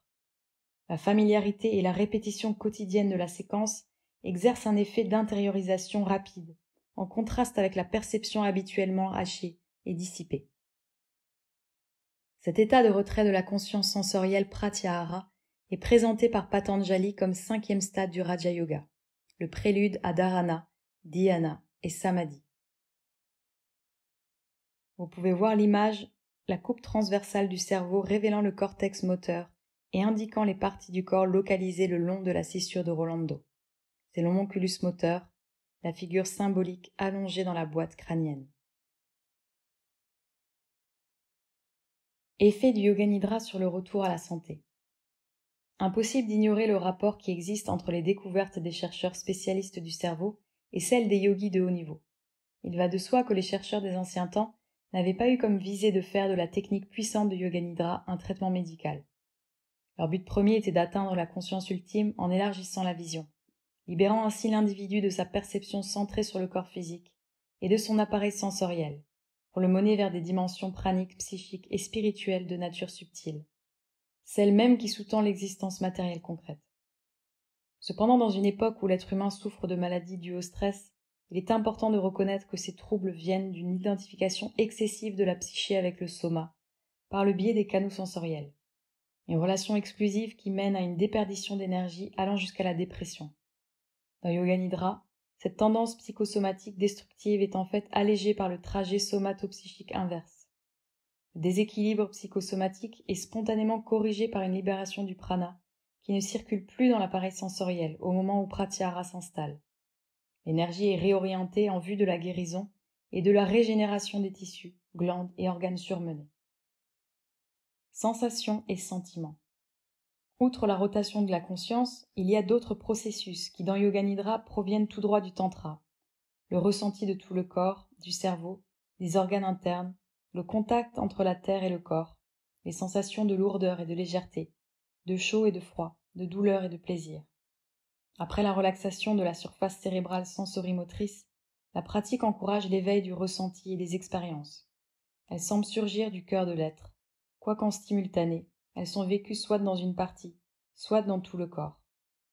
À travers tous les tissus et structures courent de nombreux terminaux sensoriels nerveux spécifiques qui répondent à certains stimuli, le toucher, la pression, le changement de position, la température, le plaisir et ainsi de suite. Ces minuscules organes sensoriels, incluant les propriocepteurs des articulations, les corpuscules de Pacini sous la peau et les récepteurs de la douleur et de la température, rassemblent sans cesse des informations venues de tous les points du corps pour les relayer à des sites particuliers du cerveau.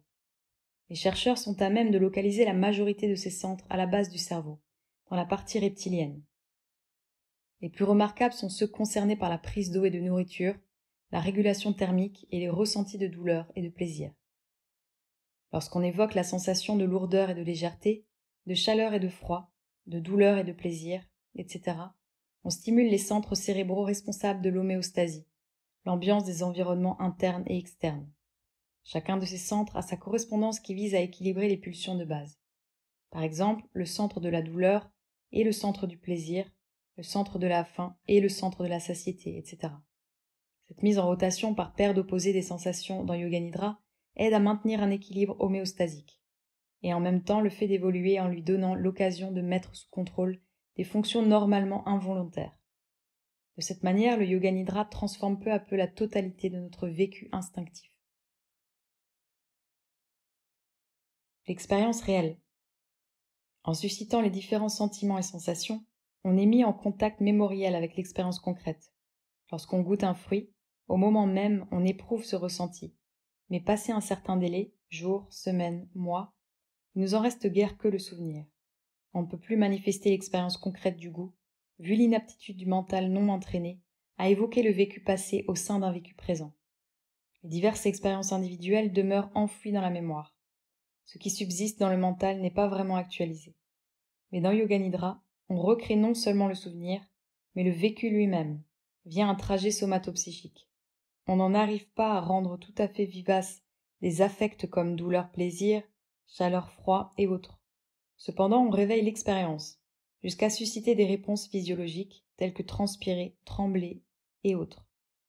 En termes yogiques, cette capacité à revivre pleinement une expérience passée est le critère par excellence d'un mental évolué et vraiment créatif.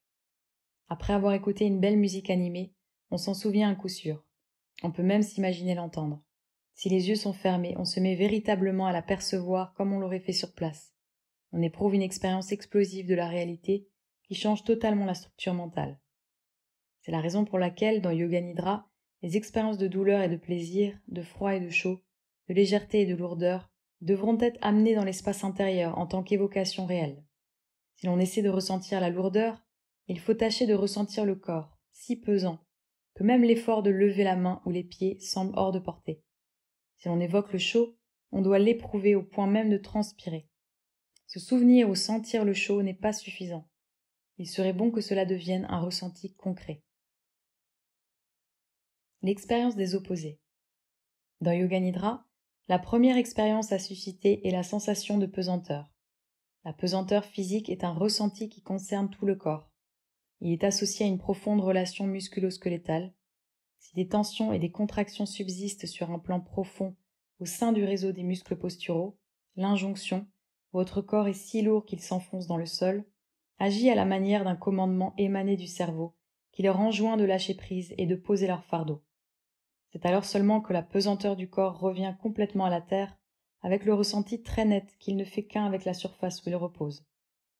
Après avoir intensifié la sensation de lourdeur, on passe à celle de légèreté, qui va être appelée de la manière suivante. Éveillez la sensation d'être léger et sans poids dans toutes les parties du corps. Votre corps devient tellement léger que vous pouvez vous sentir flotter au-dessus du sol. Le fait d'évoquer la sensation opposée ne ressort pas d'un choix arbitraire, mais se trouve en concordance avec les données électrophysiologiques opératoires du cerveau.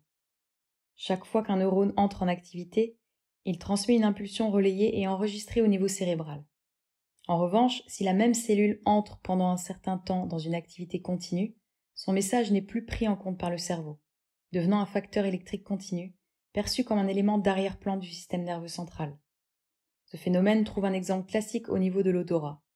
En entrant dans une salle, si on hume l'encens, on est d'emblée saisi par l'odeur. Au bout d'un certain temps, se développe une inattention sensorielle qui abolit le parfum invasif ressenti au début. Les chercheurs ont nommé ce fait habituation, un phénomène qui survient lorsque le cerveau s'accoutume à un stimuli, à la suite de quoi il cesse de l'enregistrer. Durant la pratique, lorsqu'une sensation de lourdeur pénètre le corps, une batterie d'impulsions spécifiques initiales inonde le cerveau.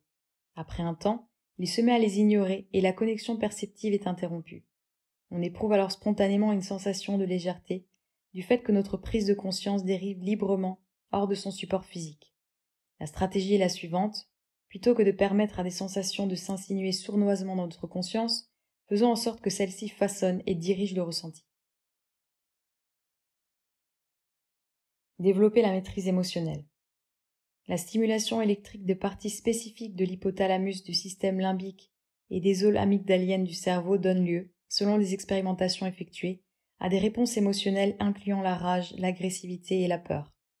Chez la plupart des gens, ces charges négatives sont plus difficiles à contrôler que des émotions positives, telles que l'amour, la joie, la sécurité, le plaisir. Néanmoins, dans les pratiques avancées, les pratiquants sont invités à se soumettre volontairement à des émotions destructives, tout en maintenant un état de détente et une conscience témoin pendant toute la séquence. Cette technique amène à mettre en synchrone des circuits nerveux présents dans les deux hémisphères qui, dans des circonstances normales, ne fonctionnent jamais en même temps. Ainsi s'établit un nouveau circuit neuronal qui incorpore deux états de conscience habituellement irréconciliables, soit amour-haine, plaisir-douleur, joie, chagrin. Ceci s'effectue de telle manière que la relaxation et l'attitude témoin sont maintenues dans un contexte de réaction émotionnelle contrastée et conflictuelle. Par la répétition, ce nouveau circuit devient une réponse stable qui permet aux pratiquants de dépasser peu à peu le plan habituel de la conscience souffrante, surgie de l'attachement et de l'aversion envers des expériences duelles.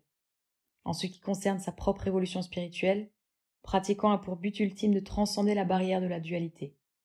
La visée s'accompagne de l'expérience d'un ressenti croissant de béatitude ou d'extase, anandam, qui a son siège par-delà les confins du plaisir et de la douleur, ainsi que de toute notion duelle.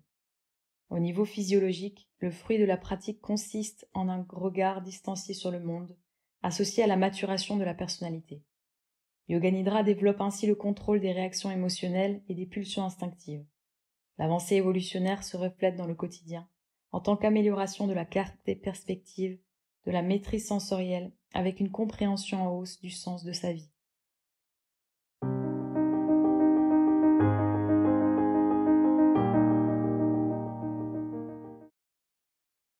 Symbole de l'inconscient. La technique de visualisation dans Yoga Nidra est une technique de premier ordre en ce qui concerne les blocages des contenus de l'inconscient, qui d'habitude ne se manifestent que dans les rêves. Dans le Yoga Sutra 1.38, Rishi Patanjali dit: le mental peut être stabilisé en lui donnant la connaissance du rêve et du sommeil comme support. On doit bien saisir la nature de l'état de rêve pour comprendre l'emploi de la visualisation dans Yoga Nidra. Le rêve lucide. On a appelé Yoga Nidra le sommeil sans sommeil, qui apprend à entrer dans un état d'entre-deux, sans perdre la conscience claire. Tel est le début de l'expérience de Yoga Nidra, et son sens véritable et sa valeur vont bien au-delà. L'être humain ordinaire est dans un état de rêve constant, même lorsqu'il vaque à ses affaires. Il ne s'en rend pas compte du fait que ses facultés sensorielles sont extraverties. À partir du moment où on débranche l'appareil sensoriel au profit de la relaxation, on commence à être témoin de ses rêves. Tel est le processus enclenché par Yoga Nidra. La psyché humaine n'arrête jamais de rêver, consciemment ou pas. Les songes de nos nuits ne sont que les traces de nos jours. Lors du rêve ordinaire, le contenu et l'expression onirique sont en relation avec la formation et le relâchement de la tension physique, issue du subconscient, aussi bien que l'éveil et la manifestation d'instincts et de pulsions inconscientes.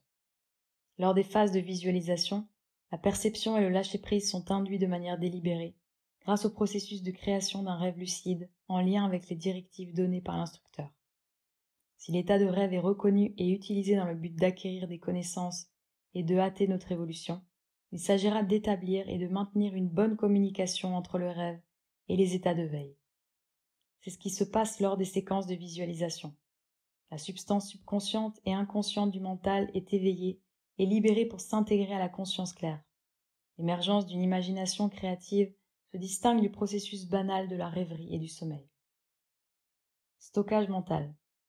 L'imagerie du Yoga Nidra a sa méthode qui consiste à utiliser un symbole ou une image comme catalyseur, afin de susciter une réaction dans les zones silencieuses du cerveau. La manière dont on use ces symboles et leur mode d'action mérite d'être bien étudiée si l'on cherche à utiliser cette imagerie de manière créative. Tout ce qu'on éprouve à travers les canaux sensoriels, ou même par la pensée, laisse une empreinte dans le mental. Les expériences de vie antérieure, de petite enfance et de maturité sont toutes enregistrées dans l'inconscient. Il arrive souvent à des débutants en yoga nidra et méditation de se rappeler les éléments d'un passé qu'ils avaient oublié ou tenu pour insignifiants. La résurgence montre que les matériaux de l'inconscient commencent à se manifester. Il n'est pas rare que le souvenir de ces expériences soit différent du vécu originel et puisse, en apparence, n'avoir nulle relation avec ce qu'on a réellement vécu. Pour bien saisir ceci, on doit être au fait des processus mentaux et de la manière dont sont emmagasinées ces impressions, dites samskara. Prenons l'exemple de la transmission des ondes radio. Pour transmettre les ondes radio, on a besoin d'un transmetteur qui envoie un signal et d'un récepteur qui le capte. Le signal peut être représenté par un schéma d'onde. En principe, celui-ci est transmis, mais il existe une méthode alternative qui consiste à prendre des échantillons, de l'onde à intervalles réguliers et à transmettre ces échantillons. Lorsque le récepteur est synchronisé à la même fréquence que ceci, le schéma de l'onde donnée est susceptible d'être capté à l'autre bout de la chaîne. Cela veut dire qu'une moindre énergie est requise dans le but de transmettre le message. Un surplus d'informations peut être transmis en même temps en prenant appui sur l'émission d'un seul signal parmi d'autres. On observe alors que l'information relayée n'a pas de relation apparente avec les signaux, les messages originaux, qui, une fois retraités, assument leur forme première. Le mental procède d'une manière analogue. On peut dire que l'apport massif d'informations est conservé dans l'inconscient sous une forme symbolique. Un symbole représente ou contient les implications d'un large panel d'informations. En fonction de nos samskaras, nos conditionnements, actions et réactions, divers symboles de notre vécu forment le contenu de notre inconscient. En temps normal, nous n'y avons pas accès par le fait que notre perception n'est pas accordée à la nature de ces symboles, autrement dit de ces signaux d'information. Il se trouve qu'en évoquant certaines images ou symboles pendant la relaxation profonde, on peut parvenir à intégrer une forme de perception située entre notre état de veille et l'inconscient. L'imagerie guidée amenée par le professeur pendant Yoga Nidra stimule une chaîne de réactions accordée aux symboles emmagasinés dans le psychisme. Sélection d'images et de symboles. Un choix judicieux d'images effectué par le professeur de Yoga Nidra est nécessaire. Ce dernier doit être sensible au genre de symboles utilisés et au niveau de psychisme auquel ils font écho. Ils sont de deux sortes. En premier viennent les symboles issus des conditionnements de notre milieu. Ils devraient varier en fonction du type du public qu'on rencontre dans un cours. Les images issues d'un contexte culturel particulier peuvent n'avoir rien en commun avec les symboles destinés à des pratiquants de nationalités et d'ethnies différentes.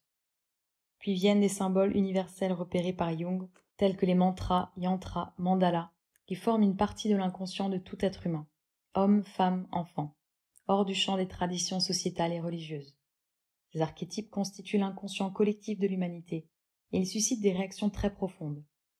D'où il ressort que le professeur doit bien assimiler l'emploi de ces symboles et les types de réactions qu'ils sont susceptibles de faire émerger dans l'esprit des étudiants. Le débondage des samskaras. Au fur et à mesure que le mental opère un retrait assorti des focalisations, la conscience perdure grâce au déplacement d'attention porté sur une série de symboles ou d'images. Chaque symbole a une forme définie. Ce peut être le Christ, le Bouddha ou votre gourou. Ces représentations peuvent aussi prendre la forme d'un lotus, d'un œuf d'or, d'un chakra, d'une figure géométrique, d'un mandala, d'un yantra, d'une couleur ou même d'un son. Au début, quand on s'efforce de visualiser ces symboles, surviennent nombre d'images perturbantes. Elles risquent même de prendre des formes effrayantes, démons ou dragons, fantômes ou serpents. Ou alors de prendre l'apparence d'admirables jardins, de lacs de sérénité, de visions de saints ou de divinités.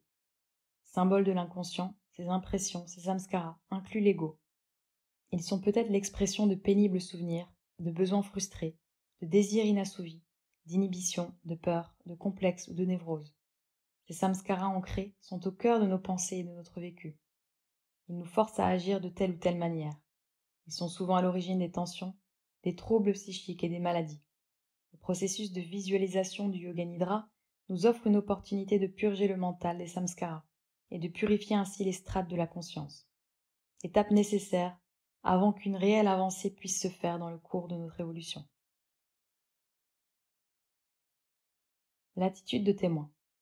Le jeu des symboles et des images doit être considéré d'une manière détachée, comme si on les voyait au cinéma. On demeure simplement conscient des images, aucune tentative à faire pour analyser ou s'impliquer par l'effet d'un jugement ou d'un sentiment de culpabilité. L'observation objective des images rend l'ego temporairement inactif. Il cesse de s'identifier avec les inhibitions, les désirs ou les rejets qui renforcent sa nature individuelle. Par conséquent, il ne refoule plus les éléments qui entrent en conflit avec ses présupposés. Il ne sélectionne plus les données qui confortent ses opinions et ses préjugés. Les désirs irrationnels, craintifs, inadaptés surgissent au niveau de la conscience claire, et dans cette lumière disparaissent, reparaissent ou s'ajustent à la perception. Avec pour résultat le fait que l'énergie précédemment utilisée pour réprimer ces matériaux inconscients va se reconvertir en activité utile. On gagne une meilleure compréhension de sa propre nature en réduisant le conflit entre conscient et inconscient. Association directe, association abstraite. Les symboles visualisés durant Yoga Nidra peuvent entrer en contact avec les samskaras, ceci directement ou par l'effet d'une association abstraite. Prenons l'exemple d'un arbre que les étudiants sont invités à visualiser. Il est possible que l'un d'eux voit l'arbre qui pousse dans son jardin. Il s'agit là d'une association directe.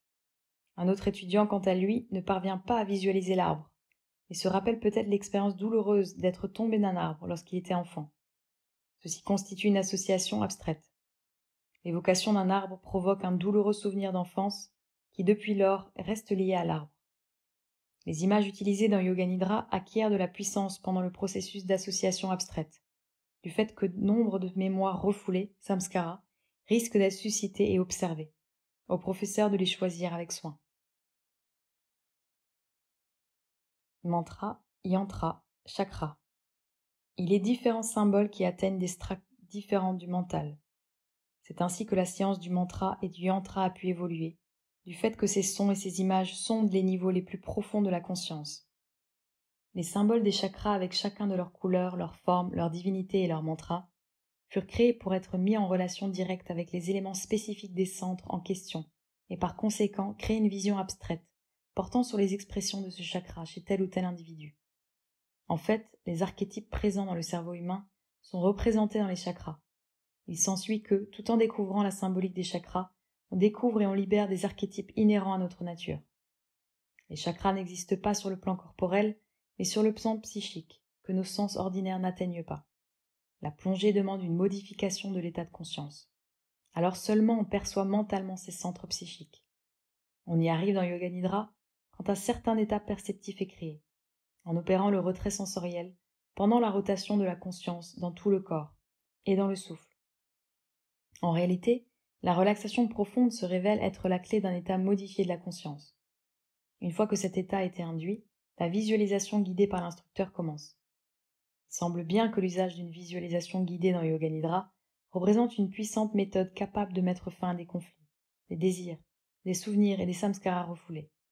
La technique nous donne en même temps la clé capable d'amener l'éveil chez un individu qui se révèle plus créatif grâce à un potentiel illimité de connaissances immédiatement accessibles.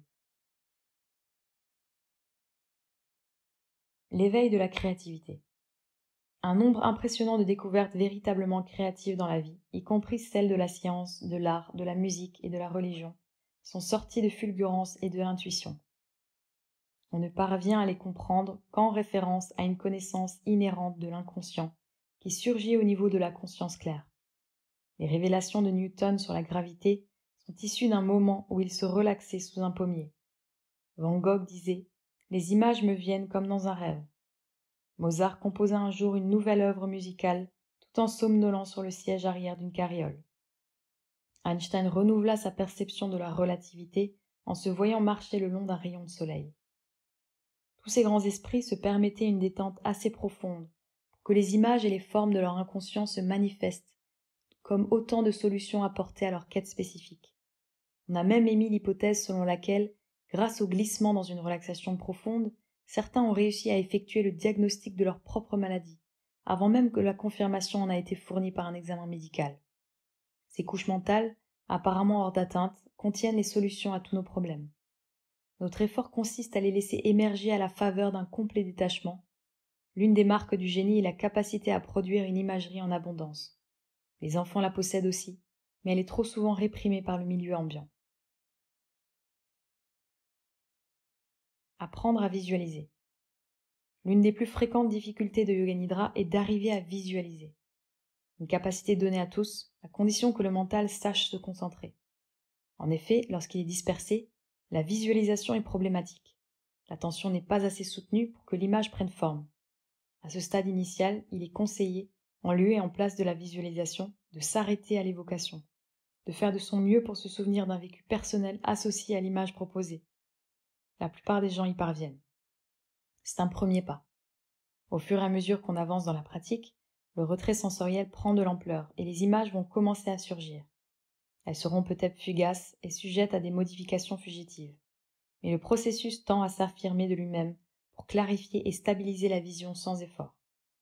Une fois que le mental se retire du champ, on a des chances de focaliser l'image et de la rendre précise. À partir de cette étape, elle va apparaître avec la netteté du réel. En fait, la visualisation opère d'elle-même. Beaucoup de gens tentent de l'apprivoiser en projetant une forme au dehors, alors que ce processus requis est de se détendre et de laisser l'image surgir au sein de l'inconscience. Ni effort, ni projection ne sont requis. La vision apparaît en direct. Voilà donc la première clé. La seconde consiste à un entraînement quotidien qui vise à reproduire des objets familiers, des routines et des événements qui ont pu laisser des traces fortes dans le psychisme.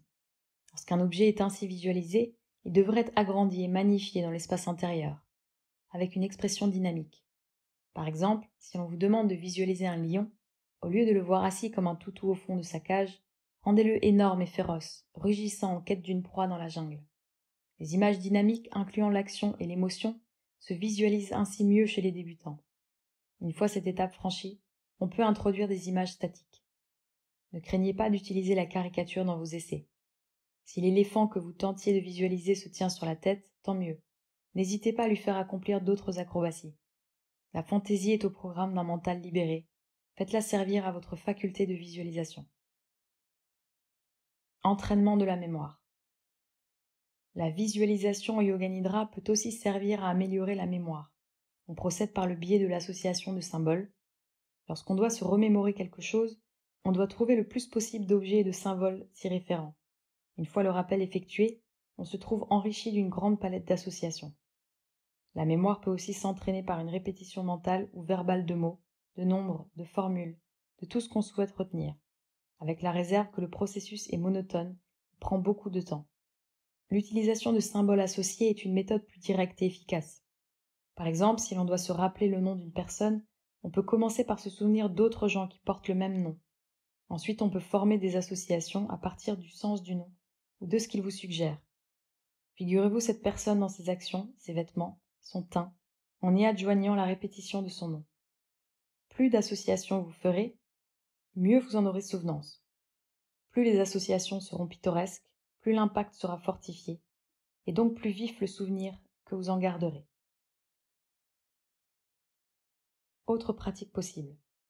Revoir les événements de la journée est très utile pour entraîner la mémoire, et aussi pour observer nos actions et réactions dans la vie courante. Cette pratique peut s'étendre à l'exercice qui consiste à se rappeler un jour de sa vie, une semaine, un mois ou une année et finir par remonter à sa prime enfance. Tout cela prend un sens quand on évoque le souvenir d'une circonstance minime, capable d'élargir la mémoire par l'évocation d'une séquence d'événements environnants.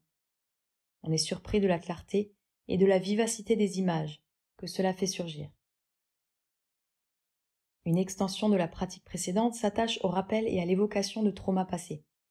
Si l'attitude du témoin est bien maintenue, nous avons là une méthode éprouvée pour circonvenir les samskaras négatifs, méthode que l'on peut élargir en recréant l'expérience dans le mental, avec cette fois une conclusion différente qui aurait pu laisser une impression positive.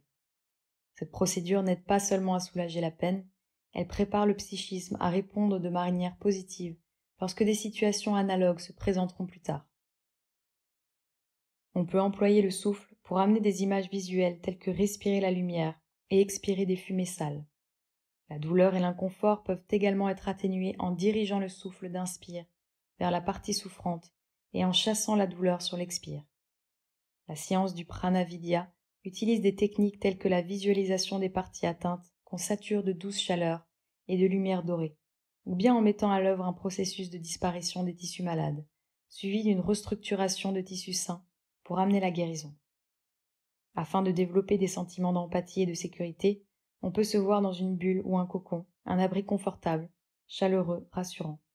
Mettez-vous à élargir votre bulle en y incluant vos proches, puis les personnes dans la salle. Si la sensation n'est pas plaisante, déplacez-la dans un autre contexte où vous serez à même de l'élargir à nouveau. On peut augmenter l'expansion pour y faire entrer tous les habitants d'un lieu, d'un pays, du monde et de l'univers. Il existe bien d'autres procédés de visualisation qui peuvent servir une fois que les portes de l'inconscient ont été ouvertes. Le potentiel de créativité est vaste, et la visualisation en Yoga Nidra est une pratique qui permet de pousser d'un cran l'avancée vers la plénitude de l'être.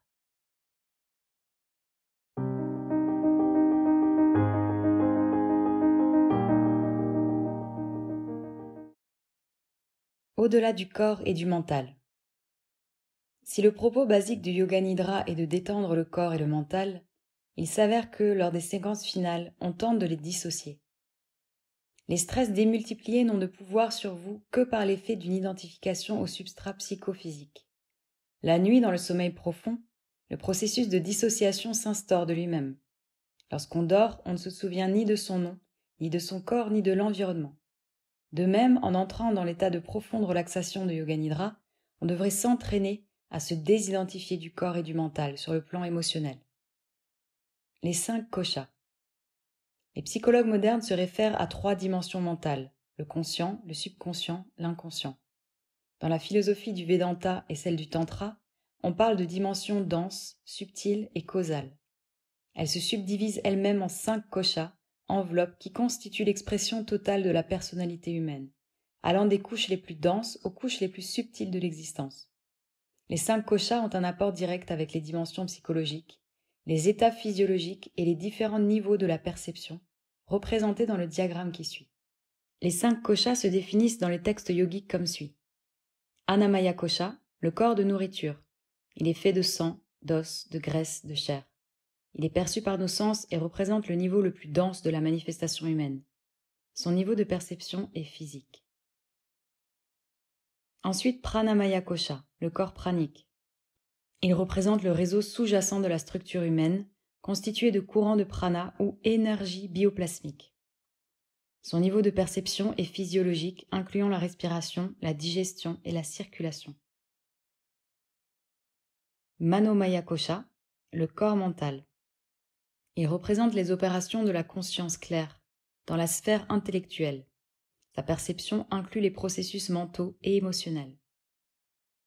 Vijnanamaya kosha, le corps psychique. Il représente la dimension de notre personnalité qui fonctionne sur le plan astral. Nous y éprouvons l'état de rêve, des expériences de décorporation, NDE, divers phénomènes psychiques. La perception inclut les plans psychiques et causales. Et enfin, Anandamaya kosha, le corps de félicité. Elle représente la dimension transcendante de la personnalité humaine, celle qui se trouve au-delà du plaisir et de la peine. Ceci est important, mais échappe à toute explication. Ananda ne trouve pas d'équivalent dans les mots de félicité, joie ou béatitude. C'est un état particulier où n'existe nulle perception de plaisir et de souffrance. On éprouve une totale homogénéité que l'on désigne comme Anandamaya. Lors de circonstances ordinaires, vivre la douleur et le plaisir amènent des fluctuations mentales. Cela signifie que la douleur est une expérience, le plaisir aussi. Mais dans Anandamaya kosha, le corps le plus subtil de tous, l'expérience n'a pas cours. L'instrument de l'expérience a tout entier été transcendé. La pratique de Yoga Nidra nous mène tout droit au point ultime, où seule demeure la vibration fondamentale de l'inconscient, sans fluctuation ni modification. Telle est l'expérience la plus profonde de Yoga Nidra, la dimension d'une inconscience totale, Anandamaya kosha, le corps de félicité. Elle se trouve exprimée avec clarté dans l'ancien écrit Yoga Taravali de Adi Shankaracharya. Lorsque le mental a transcendé la maya, l'illusion, lorsque l'ego est devenu statique, lorsque les sens ne sont plus en action, et que toute communication entre le mental et les sens a été coupée, lorsque le je et le tu n'ont plus de raison d'être, pour un temps. Expérimenter les corps subtils. Dans le Yoga Nidra, les koshas subtils affleurent peu à peu à la conscience claire, effaçant les perceptions sensorielles. De même que le corps physique est fait d'organes responsables des processus physiologiques, de même les corps subtils possèdent leur anatomie et leur spécificité fonctionnelle. Les énergies praniques et psychiques s'écoulent dans la structure des nadis et des chakras, centres psychiques, qui composent l'infrastructure de base du corps dense. Nadi signifie courant, écoulement ou passage, et les textes sacrés en dénombrent 72 000, dont 3 sont considérés comme majeurs, connus sous le nom de Ida, Pingala et Sushumna. Elles sont situées le long de l'axe vertébral. Ida s'écoule à gauche et gouverne l'énergie mentale, Mana Shakti, responsable de l'ensemble des fonctions mentales et psychiques. Pingala s'écoule à droite et gouverne l'énergie vitale, Prana Shakti, qui active et maintient l'énergie physique dont dépend tout le fonctionnement de l'organisme. La Sushumna, la 3e des nadis majeures, est considérée comme primordiale. Elle circule le long de la moelle épinière, mais n'exerce aucune action au tout début de l'évolution spirituelle. Les textes yogiques se réfèrent au passage de la Sushumna comme étant une réalité latente ou endormie. Elle est la nadi responsable de la conduction de l'énergie spirituelle, Atma Shakti. Ida, Pingala et la Sushumna émanent du chakra Muladhara, en bas de la colonne, dans la région du périnée. Point d'ancrage où l'énergie évolutionnaire de la création est contactée et éveillée dans le corps humain. Elle est symbolisée par un serpent endormi, lové, qu'on appelle Kundalini Shakti, l'énergie de la Kundalini. Chez l'homme, Muladhara est situé dans la zone périnéale, entre les passages urinaires et excréteurs, et chez la femme, il est localisé au niveau du col de l'utérus. Ida et Pingala ont leur origine de part et d'autre de Muladhara. Partant de ce lieu, elles se croisent et s'entrecroisent au niveau de 4 chakras intermédiaires, avant de converger dans le centre Ajna, au sommet de la colonne vertébrale, juste derrière le centre intersourcilier. Les 4 chakras intermédiaires concernés, situés le long de la colonne vertébrale, sont Svadhisthana au niveau du coccyx, Manipur juste derrière le nombril, Anahata au centre de la poitrine et Vishuddhi au centre de la gorge. La Sushumna s'élève en droite ligne de Muladhara à Ajna. Elle forme l'échelle qui relie le ciel et la terre. Contrairement à Ida et Pingala qui fonctionnent chez tous, la Sushumna, l'énergie spirituelle, demande d'abord à être éveillée, grâce à des pratiques de yoga. Cet éveil constitue un événement qui fait date dans l'évolution spirituelle de l'individu. L'entrée dans l'inconscient. De même que le corps physique est doté d'une perception sensorielle, le corps pranique, le corps mental, le corps psychique et l'inconscient peuvent développer leurs antennes. Tel est le processus d'expansion où l'on s'embarque dans la nacelle du Yoga Nidra. Plonger dans sa conscience propre, c'est passer à travers ces différents niveaux. Au fur et à mesure des séquences de Yoga Nidra, on plonge de plus en plus profond. Dans la perception physique à la perception pranique, on demeure dans le domaine du conscient. En passant du plan pranique au plan mental, on entre dans le domaine du rêve et du subconscient. Le fil de la conscience demeure intact. Les sens sont désormais en retrait, sauf l'ouïe. La conscience est introvertie. On devient attentif aux manifestations du mental, des rêves et des visions. En arrivant à ce niveau de Yoga Nidra, on peut augmenter la connaissance de soi et vivifier sa mémoire. On peut transformer sa nature et surveiller sa personnalité en éliminant nombre de modes de pensée et de vie défectueux. La phase qui nous fait passer de la conscience mentale à la conscience psychique nous amène à voir toutes les dimensions astrales et psychiques de l'expérience. À cette étape, on devient réceptif à une qualité supérieure de stimuli et à un champ totalement modifié. C'est dans cette dimension que surviennent d'habitude les phénomènes psychiques, la projection astrale et les expériences de sortie du corps. De telles capacités peuvent aussi prendre de l'essor dans Yoga Nidra, mais elles ne sont ni le but ni la cible de la pratique. Il n'existe aucune limite ou restriction à ce qui peut être atteint ou exploré, mais du point de vue spirituel, ces visées ne valent pas grand-chose. Elles risquent de fasciner un temps, tel le nouveau joujou d'un enfant, mais l'attirance s'évanouit vite dans la lumière qui s'intensifie aux approches de la réalisation de soi. La séquence finale va de la perception psychique à la perception homogène, là où cessent toutes les fluctuations et modifications mentales, cédant la place au rythme primordial de l'univers inconscient, supraconscient. Là, transcendant toutes les modalités limitatives de l'espace-temps et de la personnalité, l'inconscient se révèle.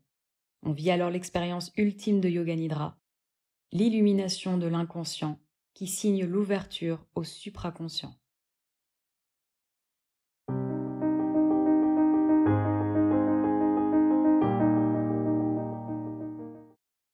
Aux rives du Samadhi. Yoga Nidra est une technique qui peut servir à éveiller les facultés divines, un moyen pour entrer en Samadhi.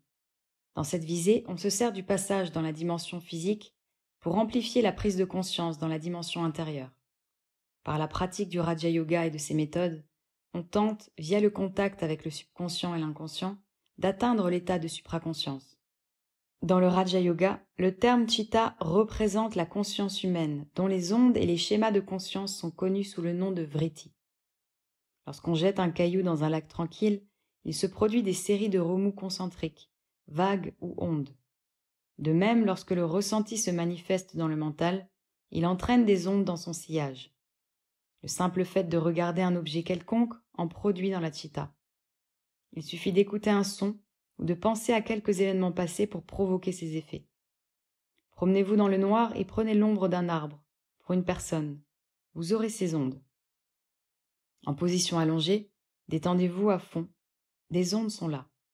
L'anxiété, l'amour et la haine déclenchent des ondes. Il n'est aucune réaction mentale d'où soit absente une expérience génératrice d'ondes. La démarche cognitive n'échappe pas à la règle. Dans la philosophie du Raja Yoga, ces ondes vritti se classent en 5 schémas de base. Connaissance exacte, connaissance erronée, imagination, sommeil et mémoire. On voit que le sommeil est considéré comme l'une des formations mentales. Il n'équivaut pas à un état de totale inconscience. Lorsque la chitta prend la forme de nidra, il reste dans le sommeil une trace de connaissance. C'est la raison pour laquelle si, le matin au réveil, quelqu'un vous demande « Avez-vous bien dormi ?» vous répondrez « Très bien ». Si vous avez été tout à fait inconscient, sans témoin pour en rendre compte, comment auriez-vous pu savoir que votre sommeil était excellent?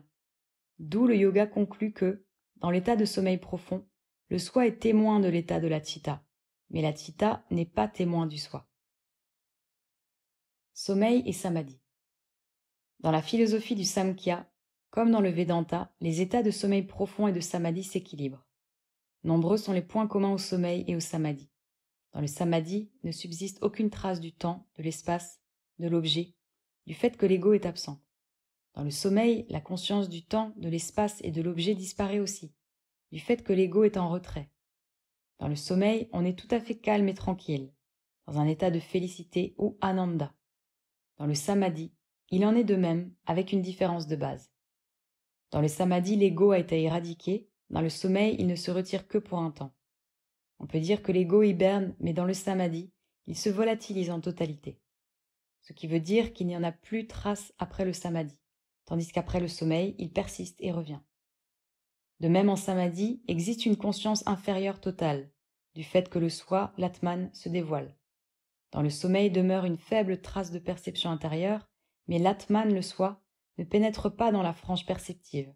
Le samadhi est chaitanya, l'état de béatitude relié à la conscience claire. Le phénomène pranique durant le sommeil. Lors du sommeil, le mental se résorbe et subit un processus d'introversion et de transformation. Survient alors un ajustement des pranas. Au moment du sommeil, les pranas descendent dans l'échelle des chakras, selon le niveau de conscience. Chez les individus où les schémas de sommeil et les niveaux généraux de la perception ne sont pas modifiés, les pranas fonctionnent essentiellement dans Manipura et Svadhisthana lors des phases de rêve, en rapport avec leur fonctionnement dans l'état de veille ordinaire. Chez ceux qui sont dotés d'un tempérament plutôt sattvique, les pranas opèrent parfois de manière préférentielle dans Vishuddhi, voués à une totale inconscience, et à d'autres moments dans Anahata, où surviennent les rêves. Les fonctions psychiques et causales d'ordre supérieur sont également modulées dans ces chakras. Cependant, chez les personnes hautement évoluées, les pranas se posent non dans Vishuddhi ou Anahata, mais dans Sahasrara pendant les phases de sommeil profond, et dans Ajna pendant l'expérience de songe et de vision. Telle est l'explication que donne le tantra du sommeil et des rêves. Transcendons nos limites. Selon les études que j'ai pu faire, l'ego n'est pas à même de se mouvoir que dans les confins d'une certaine zone du cerveau. Il y existe de nombreux compartiments non ouverts à des opérations conscientes. D'où le fait que l'ego, ou jivatma, n'est pas capable de se manifester dans la totalité du cerveau. Il semble que pendant Yoga Nidra, le cerveau devient une entité homogène où le soi, l'atman, a toute latitude pour imprégner la structure entière.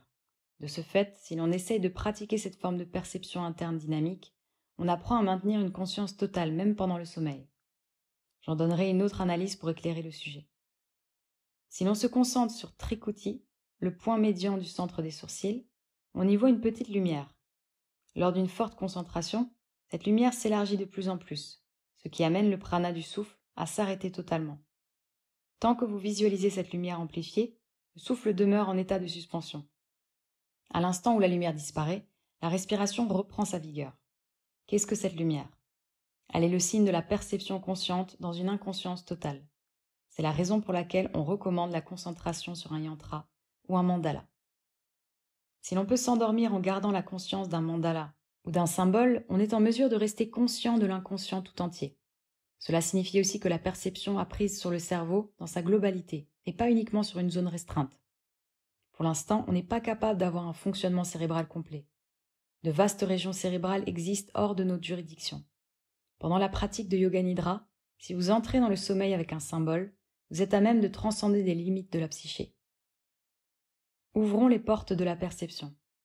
L'être humain, à son stade actuel, est incomplet. Il peut avoir l'usage de tous ses organes, de tous ses membres et de toutes ses facultés d'apprentissage. Mais son mental supérieur ne fonctionne pas. Ni sa connaissance, ni son intellect ne régissent la totalité de son cerveau. D'où il ressort que ses facultés cognitives sont limitées ou sujettes à l'erreur. Nombre de philosophes orientaux et occidentaux ont souligné le fait que la perception humaine est imparfaite. Lorsque toutes les zones silencieuses viendront à fonctionner et que nous serons en mesure de percevoir avec la totalité du cerveau, jusqu'où n'irons-nous pas dans la vision? Il se peut que toutes les théories et les données scientifiques soient transformées, que nos définitions philosophiques, nos valeurs morales et éthiques le soient également. C'est la raison pour laquelle les yogis ont une manière différente de penser. On trouve souvent leur point de vue étrange et difficile à adopter. Il nous faut bien saisir ceci. La nature du cerveau global est inconsciente. La nature d'un cerveau partiel est consciente. Le cerveau ordinaire n'est conscient que de la surface. Son fonctionnement limité le rend incapable de regarder au-dedans. Mais il est à même de rêver le vécu extérieur. Tout le monde le fait. Il n'y a nul plaisir inhérent aux objets du dehors, mais le cerveau limité y surimpose le plaisir. Rien de douloureux n'existe au dehors, mais le cerveau limité y surimpose la douleur, pour peu qu'il soit en proie à une perturbation.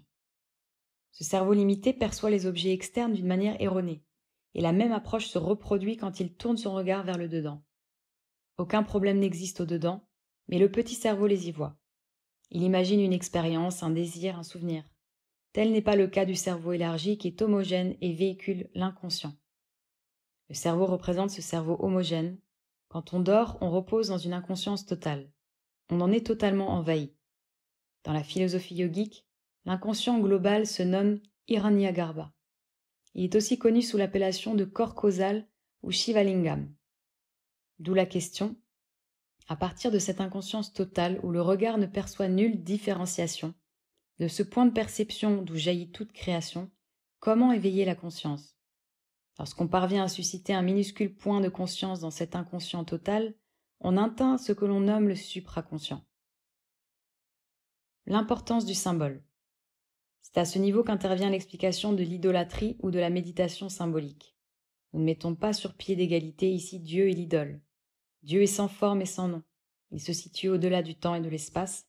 On ne peut contester ce point. Mais notre questionnement subsiste. Comment émerger de l'inconscient et dans la foulée demeurer en son sein? On peut en conclure que, du début à la fin, pour y parvenir, il nous faut un symbole. Ce peut être une lumière, la flamme d'une bougie, un lotus bleu ou rouge, la pleine lune, un soleil brillant, une étoile scintillante, ou votre gourou. On peut choisir n'importe quel objet, mais le meilleur et le plus facile de tous est Bindu. Il est dit dans le Tantra que tout est sorti du Bindu, un point qu'on visualise comme une petite lumière. Ce point interne de l'illumination, émanant de Trikuti, est connu sous l'appellation de Atma Jyoti, lumière du soi. Le soi exclut l'ego. Dans le yoga, on utilise le soi avec un S majuscule pour désigner l'Atman, c'est-à-dire la perception transcendantale. Il n'a rien à voir avec le nom ni la forme, ni quoi que ce soit d'autre. Il émane de lui-même. Il est ici, là et partout. De ce fait, pour transformer le sommeil en un samadhi, nous usons au début d'un symbole. Pleine conscience plutôt que vide de conscience. Le Bouddha a parlé de shunya, l'état d'inconscience généralement interprété comme étant le vide, absence de tout. Beaucoup de gens sont venus à croire que shunya signifie méditation sur rien, ce qui est une méprise. Si l'on examine le système de méditation bouddhiste, que ce soit Vipassana ou Anapanasati, on n'y trouve nulle mention de shunya. On donne toujours un support au mental, une voie où engager la perception. En clair, on cherchera en vain, dans tous les systèmes de méditation, une quelconque pratique du vide. Si l'on parcourt les écritures bouddhistes, dans chaque passage, le Bouddha parle de pleine conscience. On ne trouvera aucun texte où il est demandé d'être sans mental. L'expression pleine conscience est constamment reprise. Lorsque vous inspirez et expirez, soyez conscient. Si elle fluctue, soyez conscient. Que votre mental soit concentré ou dissipé, soyez conscient. Suivez pas à pas les expériences mentales. Mettez le mental sur la piste du mental. Le Bouddha a même dit « Portez votre attention sur l'absence d'attention ». Pour conclure, souvenons-nous de ne pas nous méprendre sur le vide. La nuit noire de l'âme. Selon la philosophie de l'Inde, Shunya est un sujet de taille. Ceux qui ont étudié les mathématiques connaissent la valeur du zéro. Shunya et zéro ont le même sens. On ne peut affirmer que Shunya est le néant. Sa valeur est éminente. Tout individu qui souhaite s'éveiller dans la nuit noire de l'âme doit avoir un symbole qui le guide dans la zone inconsciente de Shunya. Avez-vous lu des textes sur la nuit noire de l'âme? Il se trouve que les exégètes de ce thème n'en ont jamais fait l'expérience. Je n'émets pas là une critique, je ne fais que constater. Une fois l'an en Inde, on célèbre Shivaratri, la nuit de Shiva. Maintenant, dans cette nuit noire de l'âme, laissons émerger la lumière. Le symbole a son importance propre. On ne saurait le définir en faisant appel à l'imagination et à l'hypothèse. Seuls peuvent s'y référer ceux qui n'en ont pas connaissance. Regardez une fleur et fermez les yeux. Vous verrez l'image de la fleur apparaître. Appellerez-vous cela l'imagination? La fleur n'est certes pas au-dedans, mais votre chitta, le mental, a pris forme de la fleur. Et si vous rendez votre chitta plus efficace, vous aurez de la fleur une vision exacte. Lorsque vous avez visualisé la fleur en toute clarté, tout en sachant que vous êtes en train de la voir, vous en êtes arrivé au niveau subconscient. Lorsque vous l'aurez visualisée en toute exactitude concernant sa couleur et sa taille, mais sans percevoir que vous êtes en train de la visualiser, lorsque vous n'êtes conscient ni du temps ni de l'espace, et que le processus de visualisation est hors de votre champ cognitif, que vous n'êtes pas conscient du symbole, ne subsiste qu'une fleur, aussi réelle que ce que vous voyez dans le concret, alors vous êtes éveillé dans la nuit noire de l'âme. Vous avez émergé de l'inconscient total, et ce stade est suivi de l'élimination totale du symbole, parce que dans le samadhi, il n'y a pas de forme. Toutes les formes, symboles et concepts se fondent complètement dans cette supraconscience homogène. Toute différenciation est abolie. Les yogis se rendent compte de la proximité du sommeil au samadhi. Le sommeil, dans le samkhya et dans le yoga, se nomme nidra. Émergeant de cet état, il se nomme yoga nidra. Le yoga nidra, tel que vous le pratiquez de temps à autre, n'est qu'un très modeste début.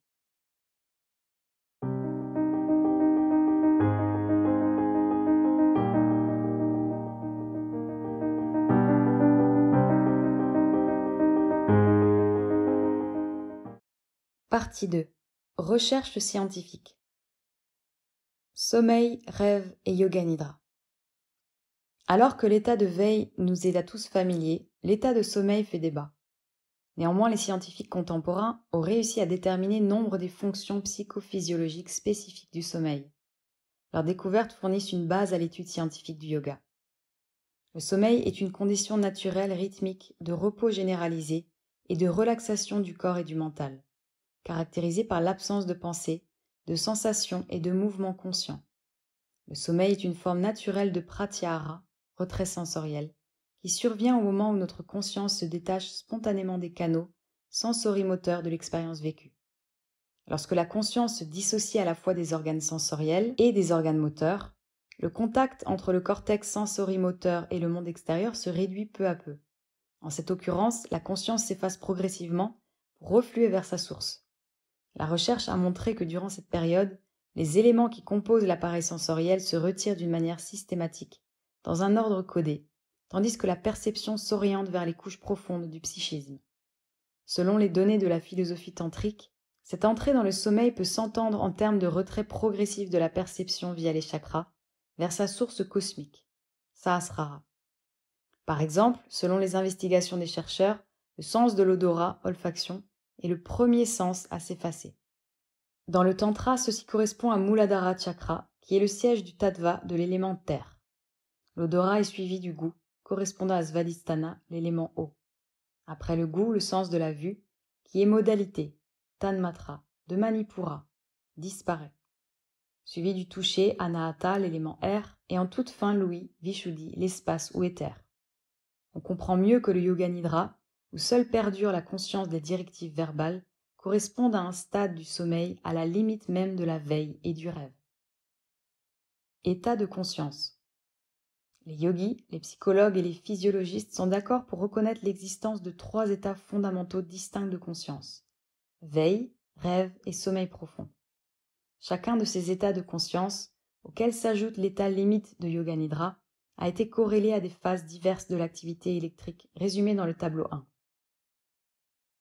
Dans l'état de veille, le conscient est activement engagé dans l'environnement externe par le biais des canaux sensoriels. Durant cette période, prédomine un rythme rapide d'ondes bêta. Fréquence 13 à 20.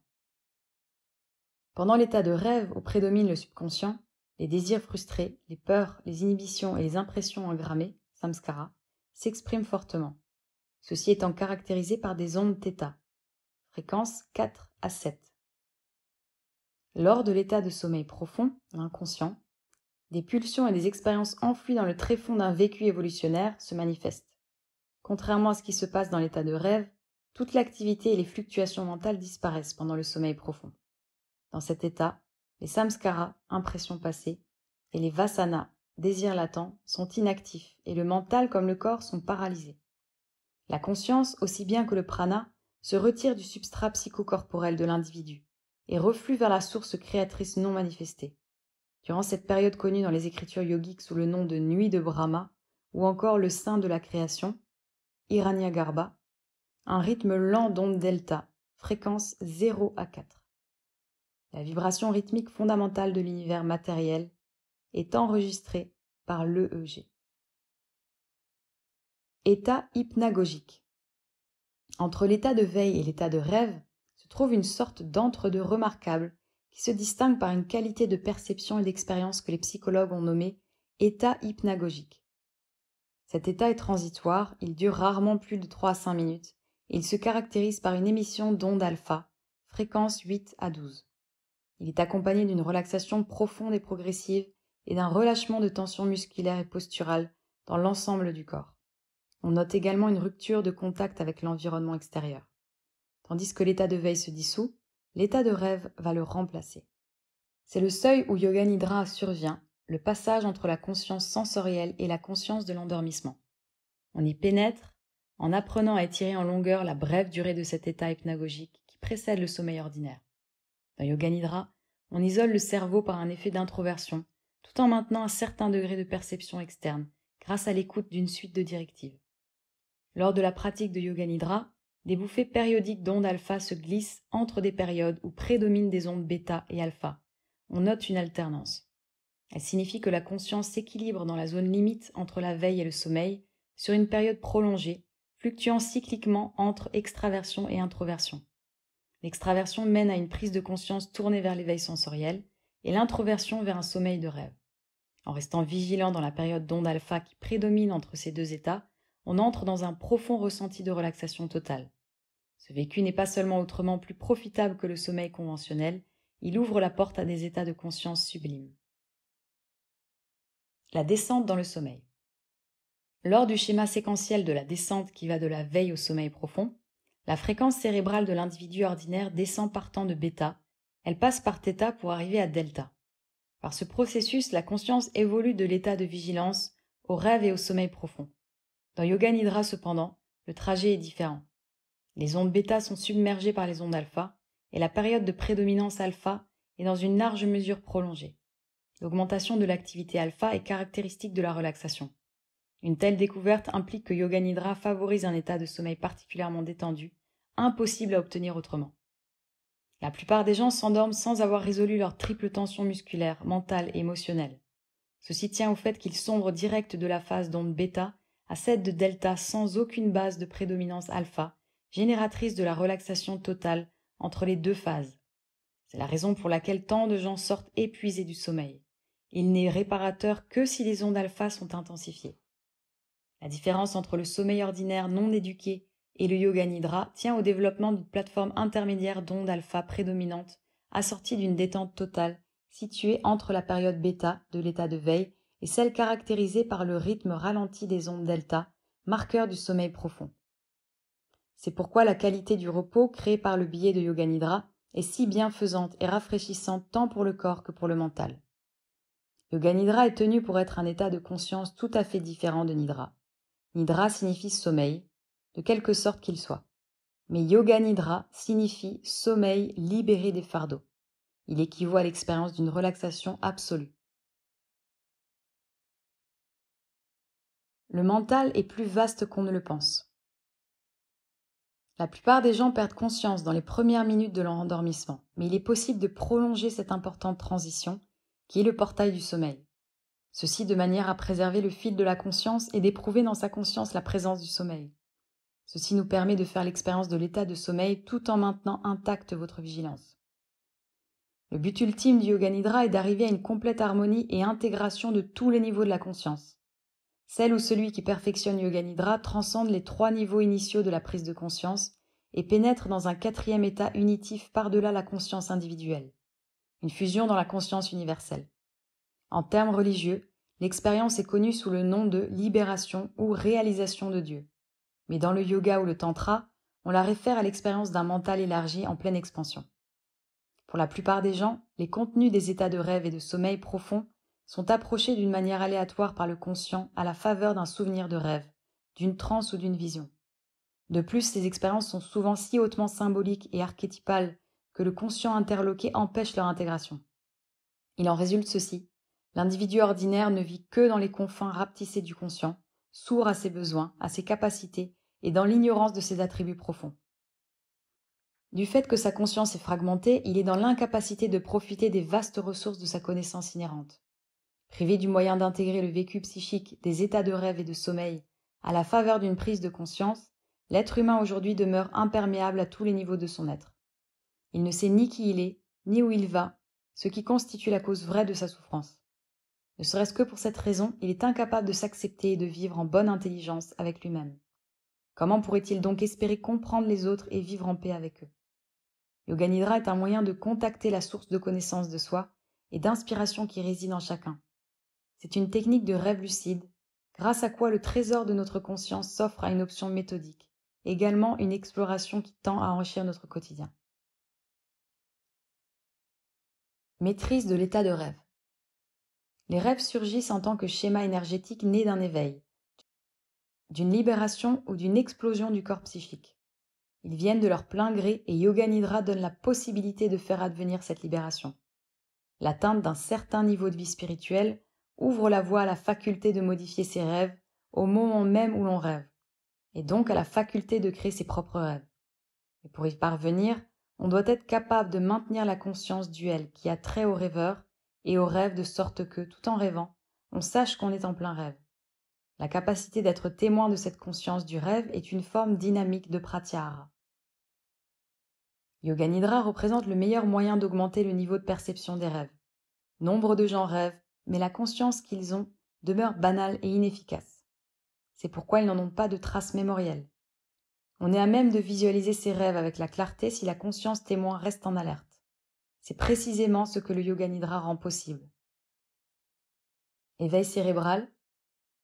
Les chercheurs émettent l'hypothèse que si la conscience témoin de base peut être maintenue en éveil pendant les expériences de sommeil et de rêve, un changement évolutionnaire fondamental survient dans le système nerveux autonome et son processus.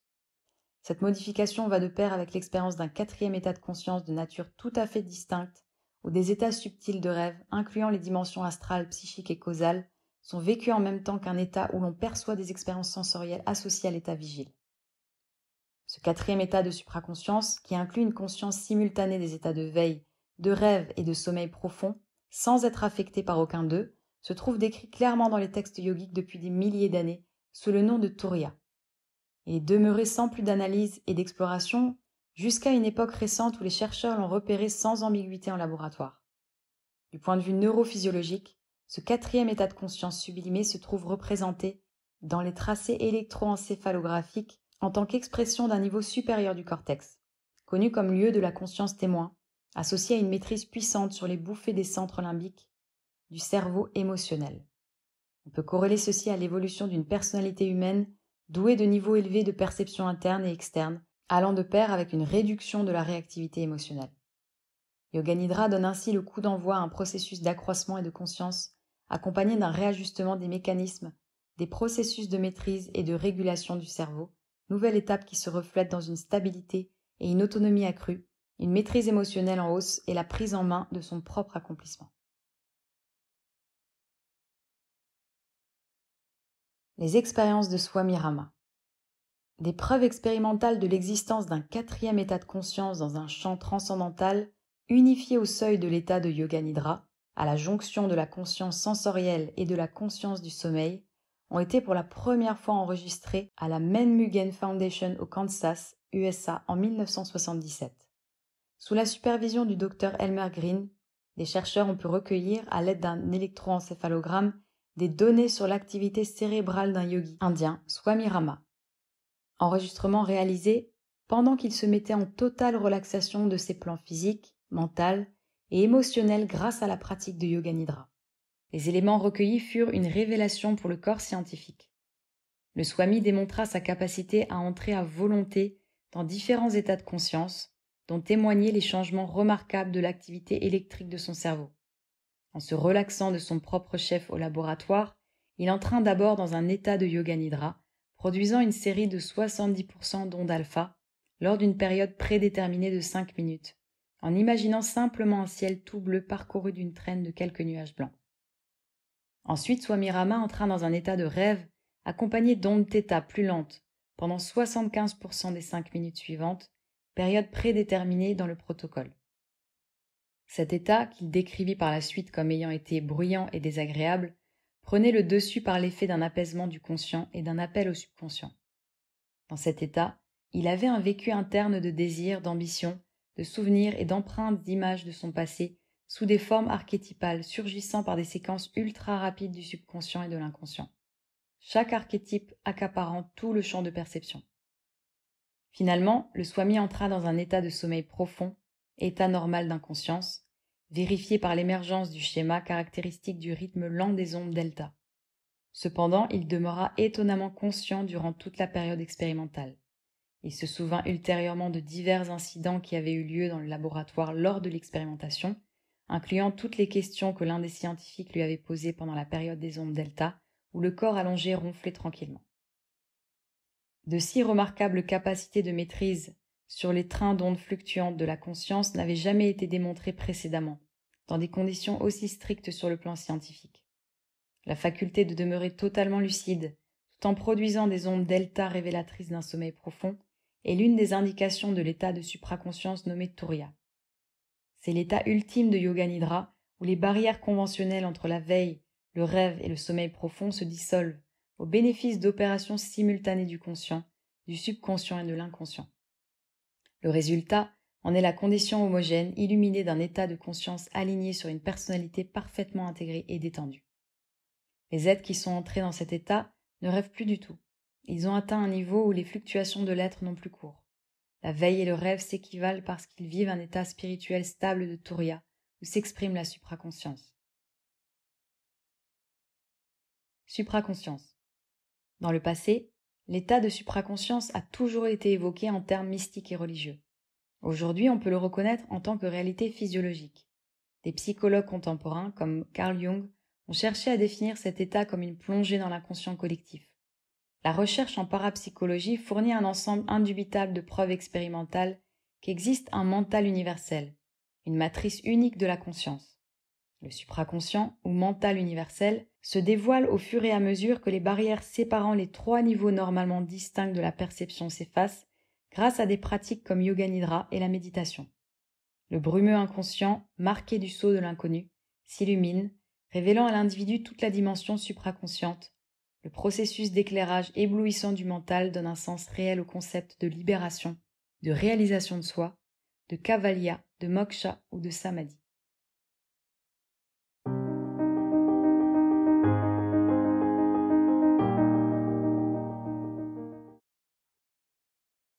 Tout le mental à éduquer. Le yoga nidra n'est pas seulement un moyen effectif de nous soulager du stress en amenant une relaxation et un repos physiologique profond. Les expériences scientifiques mettent aujourd'hui en valeur le fait que c'est un moyen extrêmement efficace d'augmenter les capacités d'apprentissage. Le yoga nidra promet de révolutionner les processus d'acquisition des connaissances dans les décennies à venir. Elles vont permettre aux étudiants de tout âge d'assimiler des connaissances spontanément, sans effort. Certains enfants veulent bien apprendre, mais leur conscient est soit faible, soit rétif à l'assimilation d'un savoir. Avec le yoga nidra, ils sont capables d'absorber des connaissances par le biais du subconscient. La capacité d'apprendre de l'enfant qui pratique le yoga nidra est décuplée. On éprouve une surprise à voir des enfants lire des livres et résoudre des problèmes mathématiques qui auraient été auparavant insurmontables pour eux. Le système yogique d'éducation.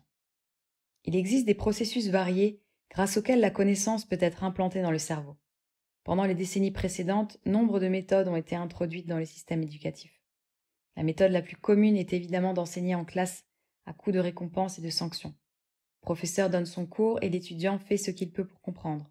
S'il est intelligent, il aura de bonnes notes, sinon c'est l'échec.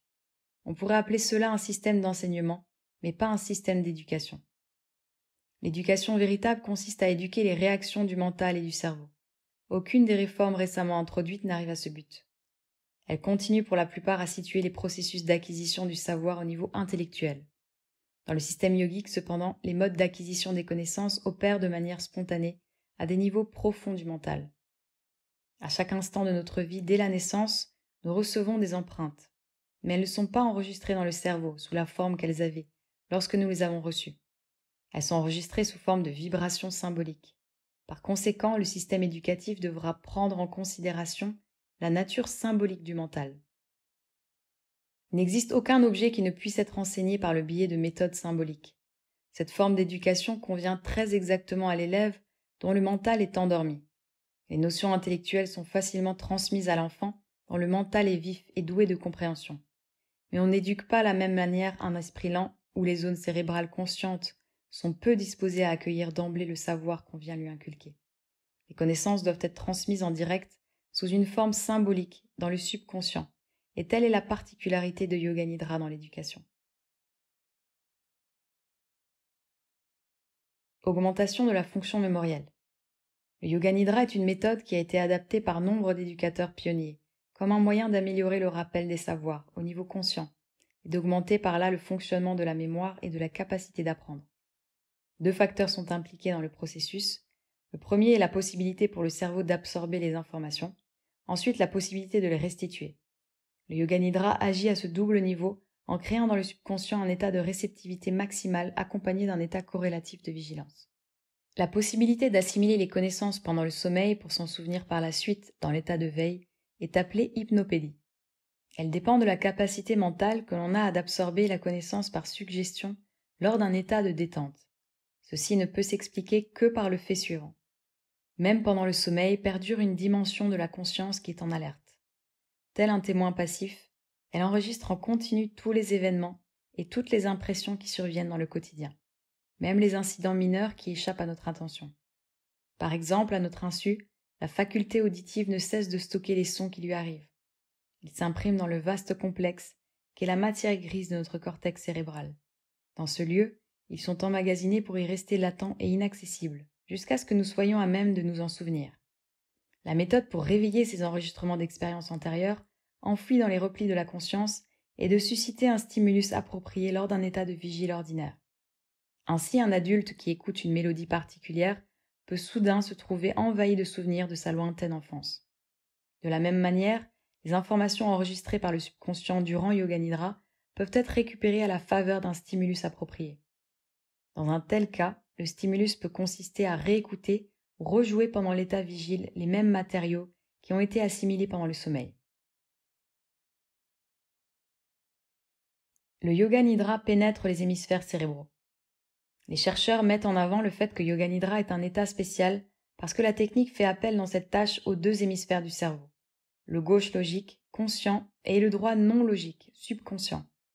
Dans une classe traditionnelle, les étudiants sont encouragés à faire attention, on en appelle à l'hémisphère gauche. Mais tout en s'efforçant d'absorber ce que le maître dit, leur subconscient, hémisphère droit, n'arrête pas d'enregistrer des signaux qui n'ont rien à voir avec l'apprentissage programmé. En revanche, dans Yoga Nidra, les signaux qui sont reçus par le subconscient sont réorganisés de telle sorte que tout le mental est réceptif aux messages proposés. Ainsi, une partie très importante du cerveau global est investie sans effort dans le processus d'apprentissage. Dans cette perspective, la musique est un moyen particulièrement efficace. Pendant l'écoute d'un morceau bien ciblé, l'hémisphère droit de l'étudiant devient totalement réceptif et ouvert.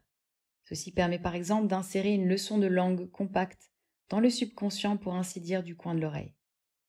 Plus tard, une fois la leçon relue dans une situation de classe ordinaire, le lobe gauche, logique, et le subconscient du lobe droit vont coopérer pour intégrer les connaissances nouvellement acquises et leur donner vie dans l'expression active.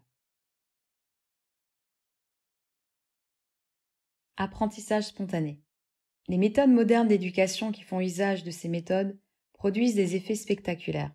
Des éducateurs d'avant-garde, tels que le docteur Georgi Lozanov, un psychologue bulgare, fondateur-directeur de l'Institut de suggestopédie de Sofia, utilisent le Yoga Nidra pour créer une atmosphère où le savoir est acquis sans effort et réemployé sans blocage.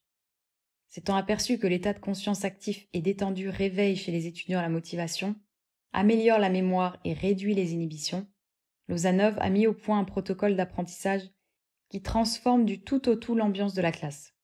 Les étudiants sont installés confortablement dans des fauteuils et le professeur introduit peu à peu une ambiance de détente par le moyen de jeux, de sketchs, de chants, de relaxation, d'exercices respiratoires et de musique proposés en alternance. Au fur et à mesure de la séance, les étudiants emmagasinent spontanément des sommes de connaissances spécifiques qui, dans un contexte de classe ordinaire, amèneraient sans nul doute tension, fatigue et difficulté à se concentrer. En utilisant cette technique, Lozanov a été capable d'enseigner une langue étrangère en 5 fois moins de temps que dans des conditions habituelles. Les procédures qu'il emploie indiquent que les phénomènes de rappel sont d'un calibre exceptionnel et que les facultés d'hypermnésie peuvent se manifester d'une manière systématique dans la mesure où l'on sait maintenir ensemble le relâchement profond et l'attention spontanée caractéristique du Yoga Nidra. Les études EEG des ondes cérébrales des étudiants ont confirmé que l'état d'attention passive généré par la méthode Lozanov est une combinatoire de ces deux facteurs. Telle est la clé de son succès. Les psychologues de l'Université de Floride ont clairement démontré l'efficacité de cette forme d'enseignement linguistique. Pendant une période de 5 jours, ils ont fait passer des enregistrements de mots russes avec leur traduction en anglais à 20 étudiants endormis, dont aucun n'avait de connaissance préalable de la langue russe. Les enregistrements EEG de l'activité cérébrale mesuraient l'absence de toute conscience vigile. Le taux de rétention moyen était de 13%, le plus élevé 30%, ce qui indiquait de manière claire qu'un apprentissage subconscient avait eu lieu. D'autre part, le rappel conscient passait de 10% les 3 premières nuits à 17% les 2 dernières, montrant que l'hypnopédie est favorisée sur la durée. Au Canada, où les fonctionnaires doivent apprendre le français et l'anglais, les services publics ont adopté la méthode Yoga Nidra de Lozanov avec des résultats remarquables. Non seulement l'apprentissage d'une langue étrangère est 5 fois plus efficace, mais selon le docteur Gabriel Racle, responsable du programme L'approche profite à la personne entière, on voit diminuer ses problèmes psychosomatiques et la personnalité s'ouvre, l'individu prend de l'assurance, devient créatif et s'exprime plus facilement. Les professeurs des écoles de plusieurs pays utilisent Yoga Nidra pour augmenter les capacités de réceptivité et d'attention et aussi pour éveiller la joie d'apprendre chez les élèves. Ils notent que les techniques de rotation de la conscience et de visualisation accroissent la capacité de se détendre et favorisent l'intérêt pour l'étude.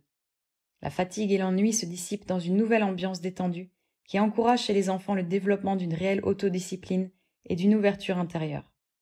Les jeunes vivent une relaxation spontanée qui est à leur disposition et à laquelle ils recourent lorsqu'ils se sentent fatigués ou déprimés. Le développement psychique des jeunes. Le développement psychique et la perception extrasensorielle, ESP, augmentent en fonction du taux de relaxation. Cela a été prouvé. Par conséquent, le Yoga Nidra est sans doute la plus efficace de toutes les techniques yogiques en vue d'intensifier l'expérience des dimensions psychiques et intuitives qui sont en friche par-delà la limite des sens. La capacité qu'a l'enfant de voir l'écran mental sans tension ni difficulté est énorme. Nombre de petits hommes livrés à eux-mêmes sont spontanément capables de demeurer en simultané dans le monde objectif des adultes et dans une dimension interne vécue où des amis imaginaires les guident et les conseillent, dans un déploiement extraordinaire de rencontres féeriques quotidiennes. Ce n'est pas tout. Ils ont le don étonnant de passer en un éclair de cette dimension intime cachée à la réalité piétonne du monde adulte exigée par les parents et les professeurs. Selon la psychologie yogique, ce passage est rendu possible par la présence d'Ajna Chakra, le centre de commande, siège de l'intuition. On le contacte au point centre des sourcils. Ajna est un chakra tout naturellement présent chez les enfants. Le troisième œil qui fonctionne au-dedans ouvre la porte à des états de conscience supérieurs. Il correspond à la glande pinéale située au sommet de la moelle épinière, dans l'axe médian du cerveau. Jusqu'à l'âge de 8 ans, cette glande est de grande taille et fonctionne en exerçant une influence dominatrice sur les processus endocriniens de la glande pituitaire dite hypophyse. Mais le contrôle en question se relâche peu à peu au début de la puberté. La glande pituitaire prend alors le dessus jusqu'à assumer un rôle autonome en tant que chef d'orchestre du système endocrinien dans son ensemble. Elle donne le coup d'envoi aux glandes reproductrices et lance le processus de la sexualité adulte. À l'époque de la puberté, la glande pinéale se transforme d'habitude en une sorte de vestige calcifié qui laisse s'estomper le souvenir des hautes dimensions de conscience vécues dans l'enfance. La capacité que celle-ci avait de visualiser et de fantasmer à volonté se perd en principe dans le psychisme des grands, privant nos contemporains des dons d'une personnalité créative, les larguant dans la vie sociale, leur déniant le réconfort d'une expression émotionnelle en les mettant, de ce fait, à la merci de troubles psychosomatiques graves. Le yoga nidra a un rôle majeur à jouer en stabilisant la santé émotionnelle et le bien-être des enfants qui grandissent dans un contexte culturel urbain et technologique. Les images de nature et d'animaux arrivent comme des baumes et des brises qui viennent caresser l'âme des jeunes dans les villes où les paysages verdoyants des campagnes sont effacés dans l'univers bétonné et la dure réalité des cités. L'ère audiovisuelle que l'on connaît, où l'enfant grandit en étant entouré de radio, TV, ordinateurs, bandes dessinées, jeux vidéo et écrans de tout genre, amène une dégradation paradoxale de ses propres fonctions imaginatives. Ceci est dû à l'espèce de couvre-feu que projette sur la nature intuitive de l'enfant et ses capacités édétiques, les innombrables images issues de l'environnement et du contexte extérieur. Il se trouve que l'antidote idéal de ce déferlement est Yoga Nidra. Il préserve et stimule les capacités naturelles du jeune et développe ses facultés de création innées à la manière la plus facile et la plus spontanée.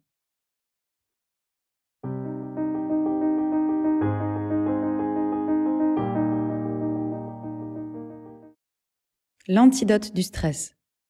Une enquête réalisée par le département fédéral de santé australien en 1980 a mis en lumière le fait que le stress est l'aspect de la vie moderne qui concerne la plupart des gens.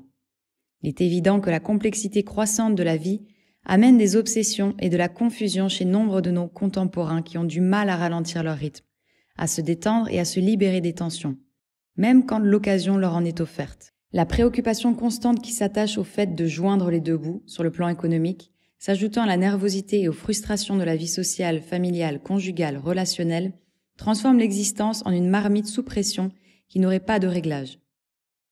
Privés des formes traditionnelles qui leur permettraient de relâcher leurs tensions, telles que la prière, le service religieux, le sport ou autres modes de divertissement créatif, nombre de femmes et d'hommes sensibles se trouvent confrontés à des situations de caractère explosif auxquelles ils ne voient pas d'issue. Lorsque la cocotte minute explose, la dépression et la maladie ne sont pas loin. L'effet stress. Les états anxieux, la dépression, la frustration et la colère s'accompagnent d'une variété de réactions physiques, incluant palpitations, transpiration excessive, diarrhée, indigestion, maux de tête et chute d'énergie. Ces réactions sont l'aboutissement d'un processus complexe par où les systèmes physiologiques du corps s'adaptent au stress, ainsi désignés par des chercheurs pionniers dans ce domaine, tels que le docteur Hans Selye. La contribution fut de repérer des états d'accélération cardiaque et une augmentation de la pression sanguine, des tensions dans les muscles du squelette et une montée du taux de cortisone et de noradrénaline dans le sang. Si les circonstances perdurent, la résistance physique est sapée. Les dysfonctionnements du système nerveux autonome et des glandes endocriniennes touchent à la composition chimique et hormonale du sang de manière durable. Tout ceci s'accompagne d'un déséquilibre croissant de tous les organes et systèmes physiologiques. Au fur et à mesure que l'équilibre corporel, jusque dans le repos, est compromis, une variété de symptômes nerveux bien visibles, incluant l'insomnie, l'anxiété et l'instabilité, mènent souvent à la névrose. Si la perturbation s'accentue, des changements physiques se manifestent dans les organes sensibles ou affaiblis. C'est ainsi que naissent des maladies psychosomatiques, telles que l'asthme, les ulcères ou l'hypertension. La cause en est la piètre gestion psychologique des tensions relayées par des systèmes physiologiques. L'œuvre du docteur K.N. Uddappa de l'université hindoue de Bénarès a mis en lumière le fait que les désordres liés au stress se déroulent graduellement selon 4 stades reconnaissables. D'abord, des changements tels que anxiété, irritabilité et insomnie surviennent, par suite d'une surstimulation du système sympathique. Au stade 2 apparaissent des symptômes distincts d'ordre physique tels que l'hypertension, l'accélération cardiaque, l'augmentation de la mobilité intestinale. Au 3e stade s'installe un déséquilibre physique et ou biochimique profond et l'évidence d'un dysfonctionnement organique s'impose d'une manière clinique. Finalement apparaissent clairement des lésions souvent irréversibles, accompagnées de graves symptômes requérant la chirurgie ou des traitements pharmacologiques à long terme.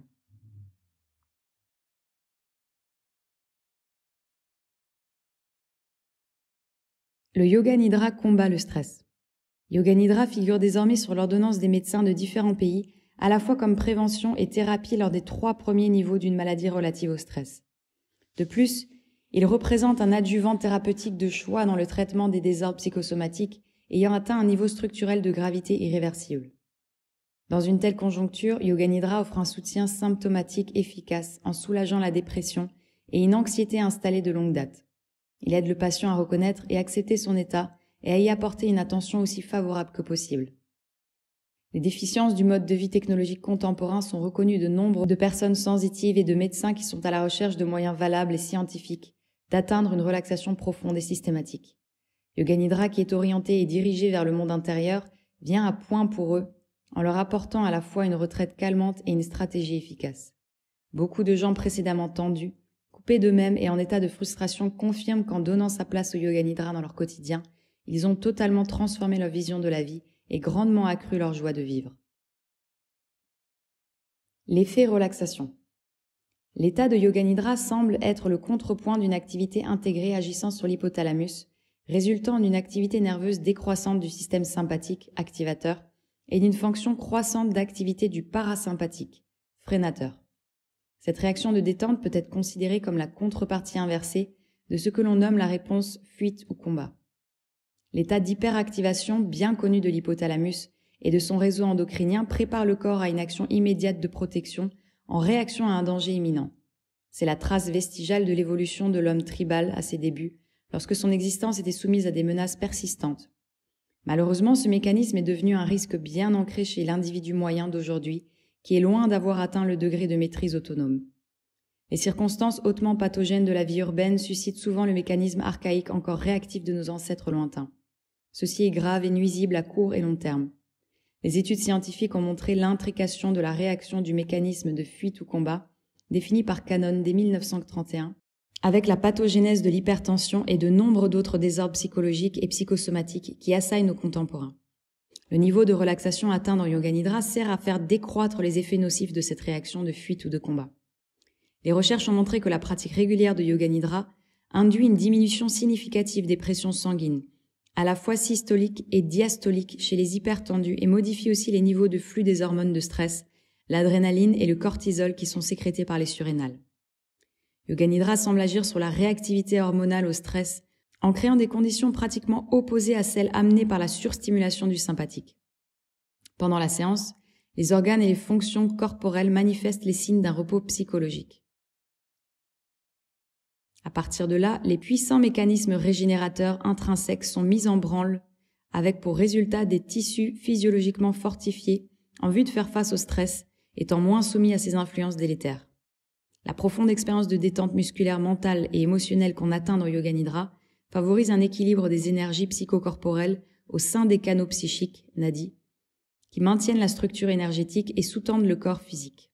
Le libre flux de ces énergies dope la personne en lui donnant une santé psychophysique optimale. Augmenter la résistance au stress. La portée fondamentale de Yoga Nidra représente bien plus qu'un simple renfort contre les influences stressantes et la régulation des déséquilibres créés par une gestion inadéquate du stress. Les rishis qui furent à l'origine de la technique n'avaient rien à voir avec les complexités de la vie moderne. Ils mirent au point la formule comme étant un chemin direct vers la réalisation de soi, samadhi. Le samadhi n'est pas un état de transe, de torpeur, de léthargie comme le pensent beaucoup de gens. Le thème réalisation de soi suggère une expérience passive, mais le samadhi est un état dynamique d'activité et d'expression de soi. La percée vers le samadhi obtenue par le pratiquant de Yoga Nidra suffit à le faire passer de l'état de victime du stress à celui de gagnant. En même temps qu'il devient résistant aux pressions, à l'insécurité et aux difficultés de la vie moderne, il va apprendre à tirer parti de ces aléas, tensions et circonstances adverses qui amènent les autres au bord de l'angoisse, de l'effondrement émotionnel et de la dépression. Tel est le grand secret de Yoga Nidra. Il ne vise pas seulement à faire face au stress, il apporte un outil de transformation capable d'utiliser avec bonheur les tensions pour en faire les tremplins d'une perception élargie associée à l'efficacité dans l'action. Un outil performant. On peut se servir du Yoga Nidra comme d'un moyen pour faire face au stress par un processus d'anticipation. Tout détail matériel et psychique concernant un événement ou une rencontre stressante est vécu à l'avance imaginé comme s'il se passait à ravir. Ceci est l'une des plus grandes pratiques pour réussir dans la vie. Le souci a sa racine dans la tentative qui est faite de solutionner une situation difficile. Ceci ne fait qu'augmenter le stress en exagérant l'impact jusqu'à perdre confiance et se noyer dans la névrose d'anxiété, la maladie psychosomatique et le sentiment de l'échec. Bonne nouvelle, là où la volonté échoue, l'imagination prospère. En utilisant la force positive de l'évocation, en la tournant délibérément vers l'avenir, un processus d'action peut être concocté qui mettra tout échec en déroute. Des issues imprévisibles vont se transformer en succès absolu, de sorte que la vie devient un processus de régulation consciente. Ces dernières années ont vu cette manière d'agir reconnue par de grands sportifs, des coachs et des entraîneurs qui se servent de Yoga Nidra pour augmenter les performances et rapporter des médailles d'or. Cependant, le réel potentiel de Yoga Nidra, en tant que technique de réalisation de soi, n'a que très peu été pris en compte. Il est à même de transformer tout événement, toute circonstance, en une aubaine ou une étape clé.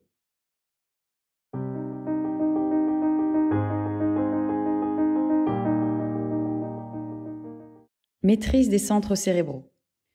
Le mécanisme précis par là où le Yoga Nidra agit au centre du cerveau pour y induire la relaxation dans tout le système nerveux et y fortifier les taux de résistance des fonctions physiologiques est devenu un pôle de recherche important. De nombreux groupes de chercheurs ont défini cet état de perception sous des appellations variées comme état hypnagogique, lâcher-prise créatif, réaction de détente. Chacun se réfère au même processus de Yoga Nidra, un état de profonde relaxation psychophysiologique et de repos métabolique ou un relâchement fondamental, un réajustement des mécanismes de contrôle du système nerveux autonome semble survenir. Nombre de paramètres physiologiques de cette expérience ont été récemment identifiés lors d'expérimentations scientifiques. Elles démontrent qu'il se produit des ruptures de fréquence des rythmes électriques du cerveau, un ralentissement des battements cardiaques et de la pression sanguine, des systoles, des diastoles, des niveaux modifiés de la circulation des hormones de stress, incluant l'adrénaline et le cortisol des surrénales, et une déflation de l'activité du système sympathique, comme indiqué par l'augmentation de la conductivité galvanique de la peau.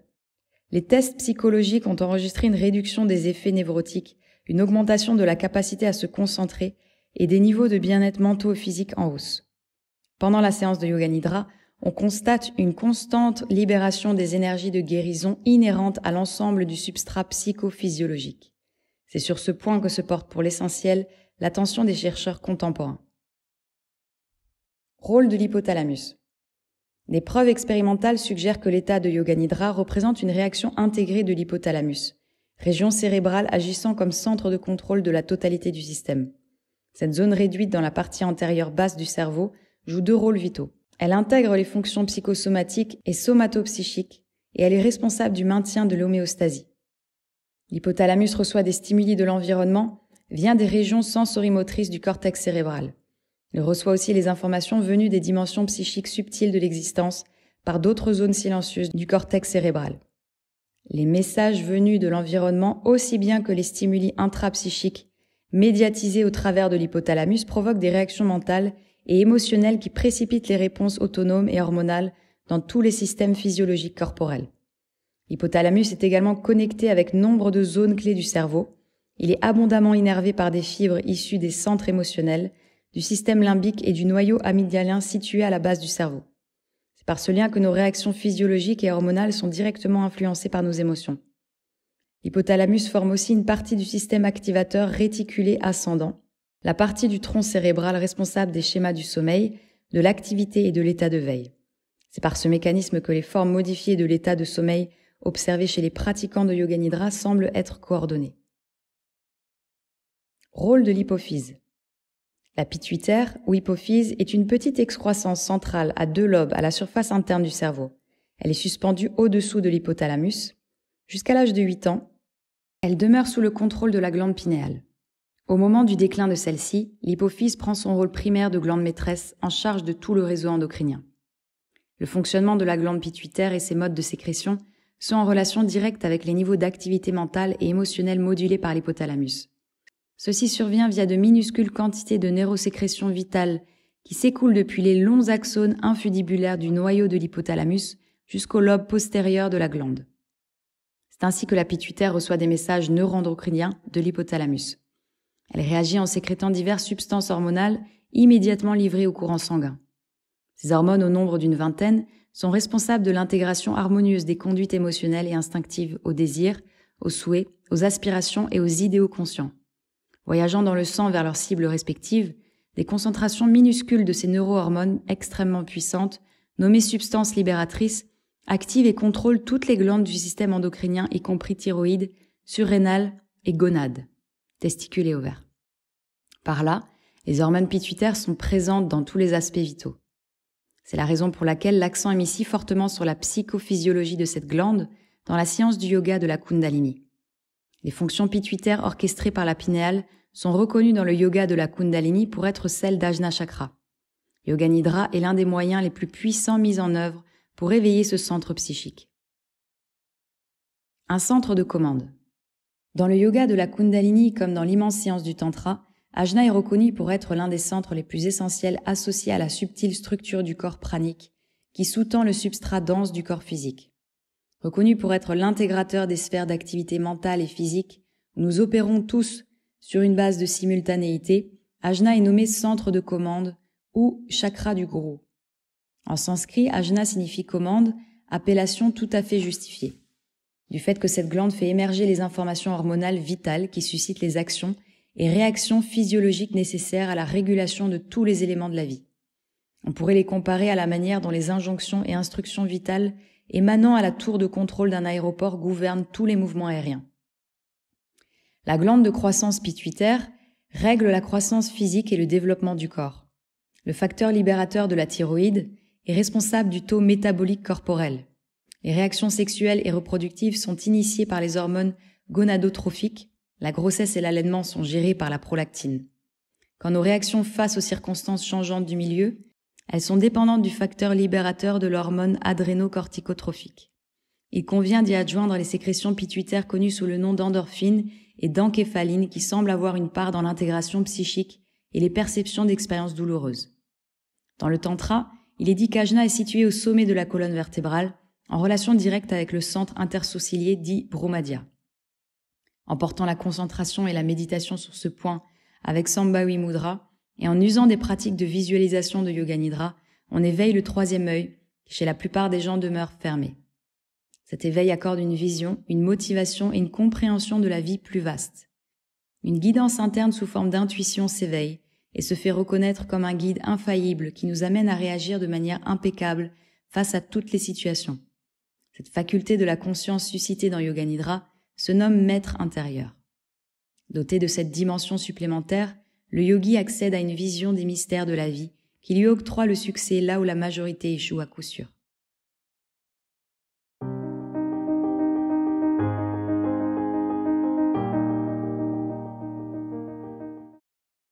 Applications thérapeutiques. Le Yoga Nidra offre des applications de vaste portée dans le traitement des maladies de toutes sortes et promet de jouer un rôle accru à l'avenir dans la mesure où son potentiel se fait reconnaître par les médecins, les psychologues et les guérisseurs. Sa valeur thérapeutique et palliative a été explorée depuis des années dans nombre de centres de recherche de par le monde, avec des résultats plus que favorables. Le Yoga Nidra peut être utilisé soit seul, soit en conjonction avec d'autres formes conventionnelles de thérapie. On s'est aperçu qu'il sert aussi bien dans des conditions aiguës et chroniques, tout particulièrement dans des états dégénératifs et des états reliés au stress tels que l'hypertension, les maladies coronariennes et l'arthrite. Les maladies associées à de fortes composantes psychosomatiques telles que l'asthme, l'ulcère peptique, les migraines répondent favorablement à la thérapie du Yoga Nidra. Il peut aussi jouer un important rôle palliatif dans les domaines de la rééducation et de la gériatrie, où d'intraitables douleurs associées à un manque de motivation et à la dépression résistent à des traitements conventionnels. De plus, de par sa facilité d'accès, Yoga Nidra possède son application la plus largement reconnue en matière de prévention auprès de personnes actives et en bonne santé qui l'utilisent volontiers comme un moyen de soulager leurs tensions accumulées et d'augmenter leur résistance au stress. En conclusion, il est utile pour enrayer le développement de nombre de maladies psychosomatiques. Désordre psychologique. Le Yoga Nidra apporte une aide efficace aux formes traditionnelles de traitement psychiatrique, en particulier dans les cas qui ne répondent pas aux méthodes classiques de la psychothérapie.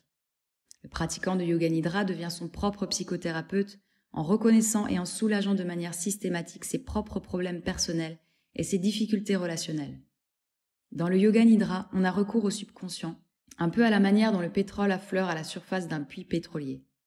Les éléments précédemment refoulés, causes de douleurs psychiques et de conduites aberrantes, sont amenés à surgir d'eux-mêmes au niveau conscient, où ils ont toute latitude pour être revécus et réintégrés dans la personnalité. Le processus est facilité par l'usage d'images spécifiques et d'archétypes conçus pour libérer le contenu subconscient. La perception et la désensibilisation des souvenirs douloureux suivent instantanément. La technique représente un appui thérapeutique favorable à la guérison de perturbations psychologiques récentes et anciennes, en particulier des schémas de haut niveau d'anxiété et de comportements névrotiques. L'anxiété est un état émotionnel déplaisant caractérisé par des affects subjectifs de tension, d'appréhension et de soucis, et aussi par une activation du système nerveux autonome. La pratique de la relaxation yogique se révèle très valable pour réduire les tensions et améliorer le bien-être psychologique de personnes souffrant d'anxiété. Les symptômes nerveux de forte anxiété, tels que maux de tête, vertiges, douleurs thoraciques, palpitations, transpiration, douleurs abdominales et diarrhée, réagissent de manière exceptionnelle. On peut l'enseigner même à des personnes gravement perturbées pour qu'elles puissent s'y livrer de leur propre chef, soulager ainsi une peur panique ou l'anxiété en toutes circonstances et pas seulement lors de séances de thérapie fixées d'avance. La relaxation et la visualisation dans Yoga Nidra sont aussi d'excellentes techniques thérapeutiques pour des enfants présentant des troubles comportementaux et des réactions d'inadaptation à leur milieu.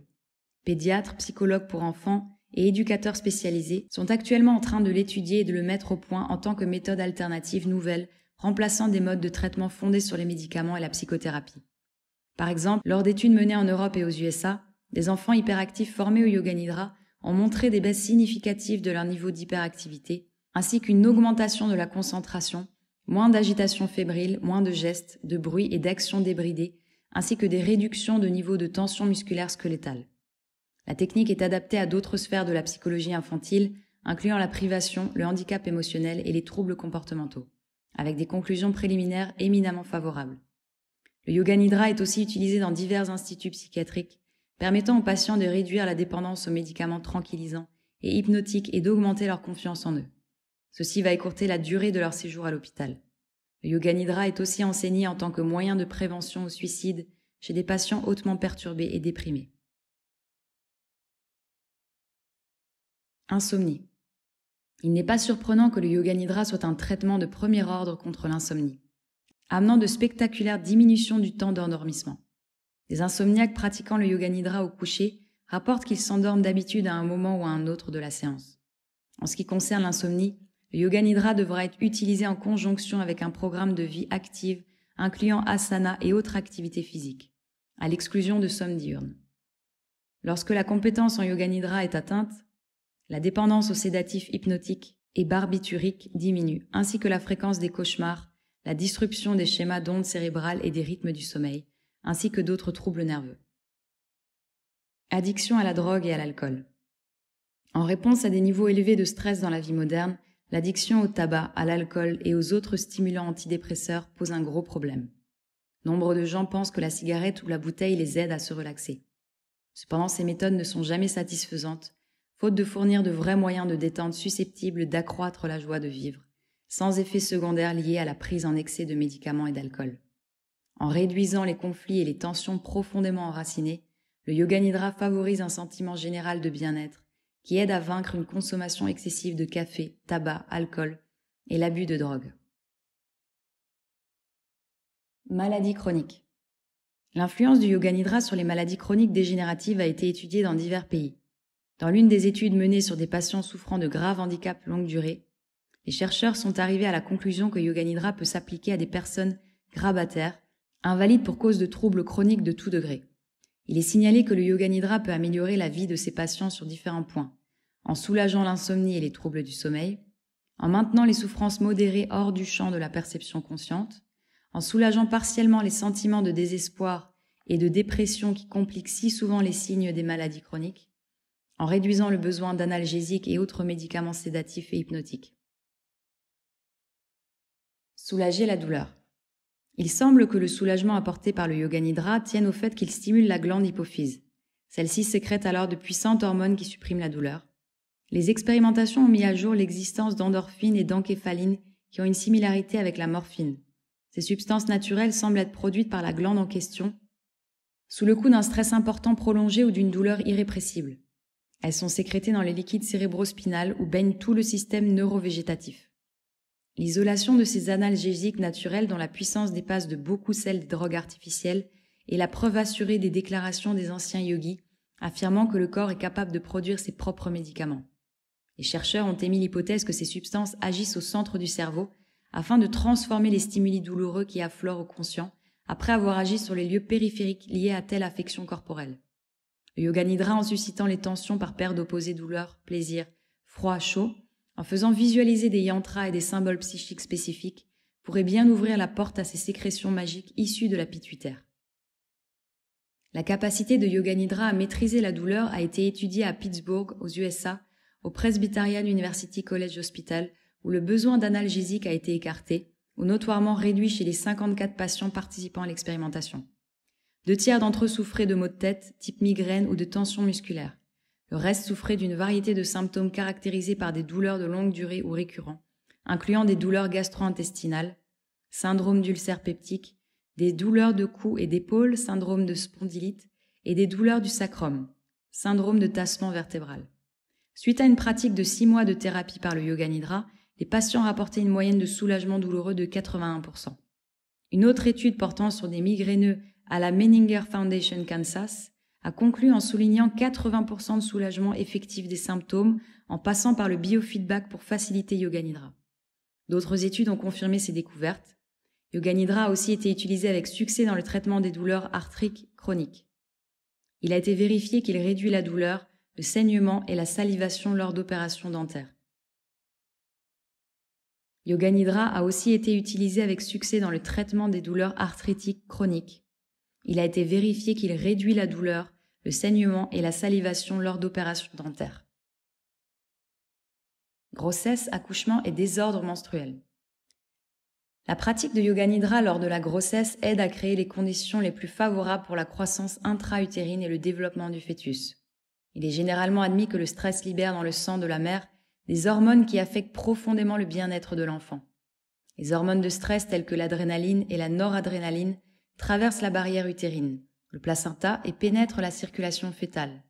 Agissant comme des poisons et des toxines, elles perturbent le développement physiologique et mental du fœtus. Des mères stressées encore ignorantes de l'art de se relaxer sont ainsi plus susceptibles que d'autres de donner naissance à des enfants sujets à des conduites inadaptées avec des déséquilibres hormonaux et des perturbations endocriniennes aussi bien au moment de l'adolescence que dans leur vie d'adulte. Le yoga nidra joue aussi un rôle important dans les techniques d'accouchement sans douleur, telles que mises au point par le docteur Le Boyer, où une profonde relaxation physique couplée à une respiration spontanée consciente forme la base d'un accouchement sans piqûre ni drogue. Dans les maternités où les pratiques de relaxation yogique sont incluses en vue de la préparation à l'accouchement, les futures mères éprouvent une diminution de leur anxiété et moins de douleur au moment de l'accouchement, avec pour résultat une mère confiante, consciente qui vit un accouchement naturel, excluant les complications pénibles et un bébé en bonne santé qui vient au monde détendu et bien formé. Le yoga nidra est également prescrit pour soulager les douleurs associées à la dysménorrhée, trouble du cycle menstruel, et à des niveaux de stress excessifs avant les règles. Lors d'une étude menée à l'East Texas University, les chercheurs ont conclu que l'entraînement à la relaxation yogique devrait plus seulement être prescrit comme adjuvant ou thérapie alternative à l'utilisation de médicaments analgésiques conventionnels dans les dysfonctionnements menstruels. Médecine des seniors.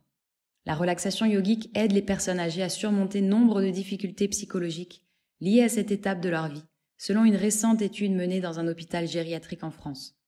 Les personnes âgées sont sujettes à diverses difficultés, perte de confiance, diminution de l'estime de soi, dépression, nécessité d'un recours à la dépendance, solitude, ennui et crainte de l'avenir. Les chercheurs français sont parvenus à la conclusion que le yoga nidra est particulièrement utile à ces patients âgés qui traduisent habituellement leurs troubles psychologiques en malaise et plaintes physiques associées à leur âge avancé. Les patients ont à leur insu tendance à entrer dans un état de rapide détérioration physique et mentale à moins que ne soit modifié leur mécanisme d'autodéfense destructive. Ceux qui ont appris à pratiquer yoga nidra journellement sont plus à même de faire face, de maintenir leur santé, un mode de vie actif et autonome ainsi qu'une vision positive de l'avenir. De plus, les médecins impliqués dans l'étude ont noté que le yoga nidra améliorerait la capacité de leurs patients à s'exprimer sur leurs difficultés vis-à-vis d'eux-mêmes et de leur milieu, ce qui permet ainsi une prise en charge relationnelle satisfaisante.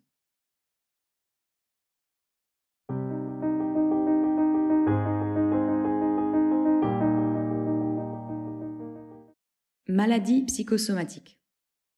La thérapie par la relaxation yogique se révèle efficace en conjonction avec des procédures médicales et des pratiques yogiques variées dans le traitement de graves maladies psychosomatiques, telles que cancer, asthme bronchique, colite et ulcères peptiques. Ce sont là des pathologies où les facteurs psychologiques ont généralement beaucoup de part. Les attaques d'asthme, la tumeur cancéreuse, l'exacerbation des symptômes ulcéreux, l'irritation du côlon se manifestent souvent dans un complexe qui va des réactions psychophysiologiques à l'insécurité émotionnelle, au stress interpersonnel, au conflit intrapsychique, à l'hypersensibilité, au rejet, à la frustration, l'inhibition, l'isolement et autres crises aux racines profondes. La thérapie par le yoga nidra amène à une double prise de conscience claire et subconsciente. Elle va donner lieu à une analyse des éléments psychologiques refoulés, suivie d'un relâchement de conflits larvés. Il est de ce fait de prime importance d'intervenir par des moyens yogiques et médicaux dans le registre psychosomatique. Alexithymie.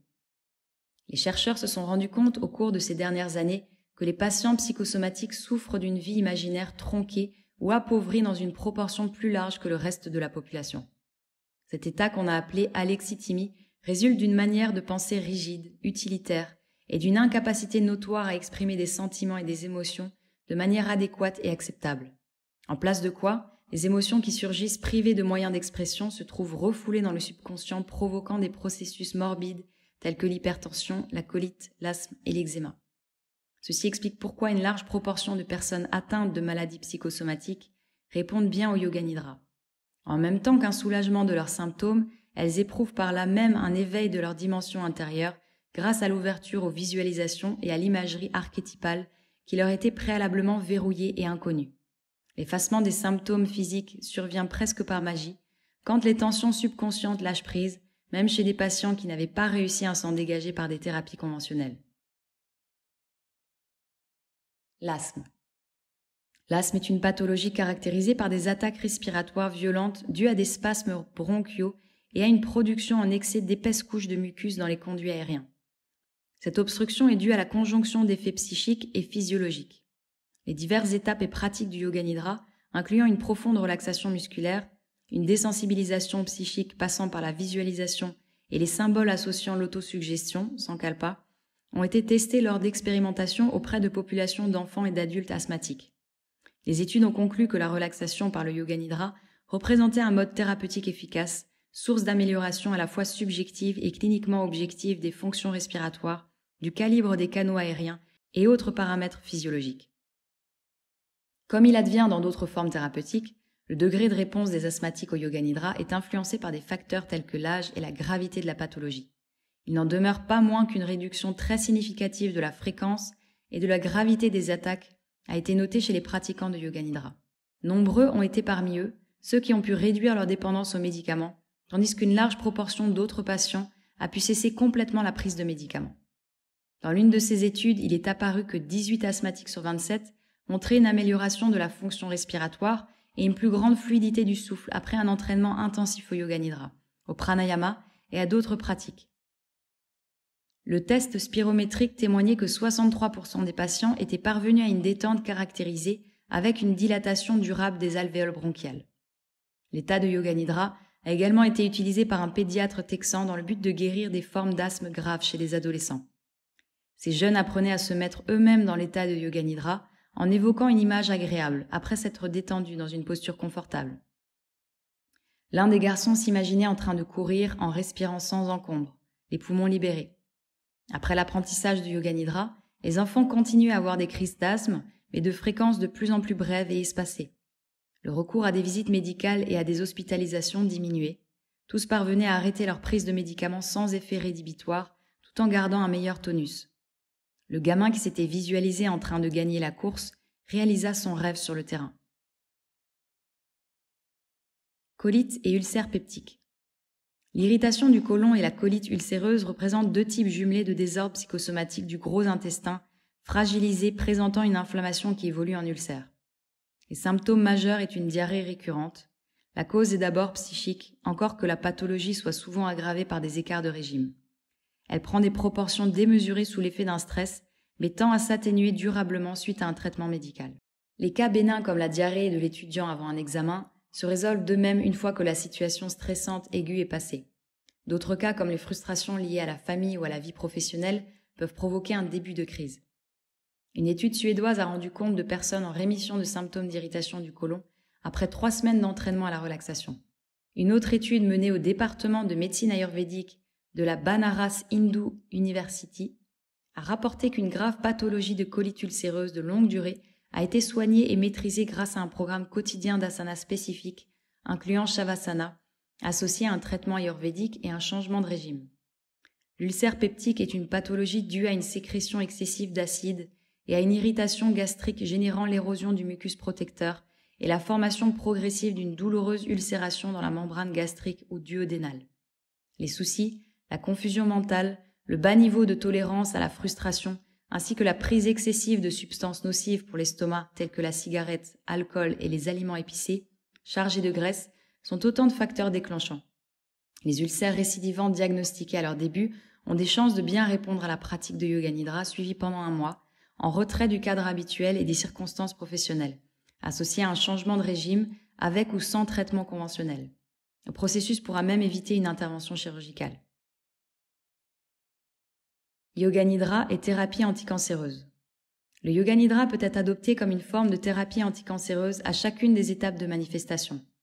On le recommande particulièrement en conjonction avec une pratique thérapeutique de la méditation. Ceci suppose des séances de méditation intensives dans des postures jambes croisées, suivies d'un Yoga Nidra en Shavasana. De cette manière, un équilibre crucial entre concentration et relaxation s'établit. Alors que la méditation requiert l'effort, le Yoga Nidra offre relaxation, abandon de l'ego et lâcher prise. Le Yoga Nidra peut s'adapter à la thérapie contre le cancer sous des formes variées. Des souvenirs et des expériences de vie antérieures peuvent être évacués du subconscient. D'où le repérage et la correction des conduites inadaptées, avec, semble-t-il, le renforcement de mécanismes immunitaires susceptibles de créer des conditions physiologiques qui font barrage à la croissance continue et à la multiplication de cellules tumorales et anarchiques. Dans cette visée, on utilise des symboles et des images archétypaux qui ont pour effet de susciter des souvenirs, des expériences et des fantasmes refoulés. Ensuite, on se rend compte que le Yoga Nidra éveille et mobilise le prana, énergie bioplasmique, pour l'orienter consciemment à travers le corps. Dans le Tantra, il existe une science thérapeutique nommée Pranavidya qui s'appuie sur les étapes profondes de Yoga Nidra. Elle forme la base de la guérison psychique et mentale. Un pont s'établit entre Yoga Nidra et Pranavidya par le moyen de la visualisation, du transfert d'énergie et des images mentales qui permettent de faire jaillir des ressources de guérison inattendues. Un flux de lumière dirigé vers l'intérieur du corps, par exemple. D'autres éléments peuvent s'y adjoindre. On commence par des images mentales pour amener une expérience vécue au fur et à mesure que Pranavidya s'intensifie. C'est ce que propose la guérison pranique. La cure peut également commencer sur le plan mental au moyen d'images créatives et de visualisation. On imagine la tumeur diminuant de taille, une armée de globules blancs partant en campagne contre les cellules cancéreuses, et enfin on évoque le corps ayant recouvré une santé parfaite. C'est ce qu'enseigne la guérison psychique. L'application de Yoga Nidra en dernier recours dans la guérison du cancer met en œuvre une volonté subconsciente, Sankalpa Shakti. Elle requiert une ténacité et une force intérieure soutenue. Le Sankalpa est une résolution qui se réalise à la manière d'une graine semée dans le subconscient à des moments précis lors de séquences précises durant la séance, lorsque l'expérience de la relaxation est profonde et que le subconscient affleure et devient par là accessible. Nos expérimentations personnelles étalées sur des années montrent, preuve à l'appui, que lorsque cette force se manifeste dans la sphère consciente, elle peut réaliser l'impossible. Les recherches sur le cancer. À l'heure actuelle, des recherches sont en cours pour déterminer l'étendue précise avec laquelle les manifestations cancéreuses peuvent être réduites par la relaxation et la méditation yogique, soit seules, soit en conjonction avec d'autres formes de thérapie cancéreuse comme la chirurgie, la chimiothérapie et la radiothérapie. Les travaux du psychiatre australien, le Dr Ainsley Meres, en apportent à ce jour les preuves les plus patentes. Il a prouvé qu'il existe une claire régression du cancer du rectum suite à la méditation et une disparition des métastases secondaires des cancers se développant à partir d'un cancer primaire du poumon. Des essais cliniques de relaxation yogique appliqués au cancer produisant des effets significatifs ont également été rapportés par des chercheurs américains. Par exemple, le Dr O.C. Simonton au Texas a conclu à partir d'une expérimentation contrôlée qu'une forme particulière de Yoga Nidra augmentait la durée de vie chez les patients atteints de cancer réputés incurables et soumis à la radiothérapie. Lors de la pratique spéciale de visualisation, il invitait les patients à imaginer leurs globules blancs comme des troupes de choc attaquant, arment au poing les cellules cancéreuses pour les réduire à néant. Une stratégie qui paraît avoir dynamisé le système immunitaire de certains malades au point de constater chez eux une rémission partielle et même souvent totale des symptômes et des signes pathologiques. Les effets d'une thérapie contre le cancer sont généralement vérifiés par les médecins-chercheurs en termes de taux de 5 ans de survie à partir de la détection initiale et du début de la thérapie. Il est peut-être encore trop tôt pour effectuer une évaluation totale et précise du rôle exact de la méditation et du yoga nidra dans le traitement du cancer. Néanmoins, les résultats sont prometteurs et nombre de praticiens et de chercheurs dans le monde sont de plus en plus convaincus que le yoga nidra, en optimisant les efforts conscients faits par le patient pour recouvrer la santé, représente une forme effective de thérapie oncologique.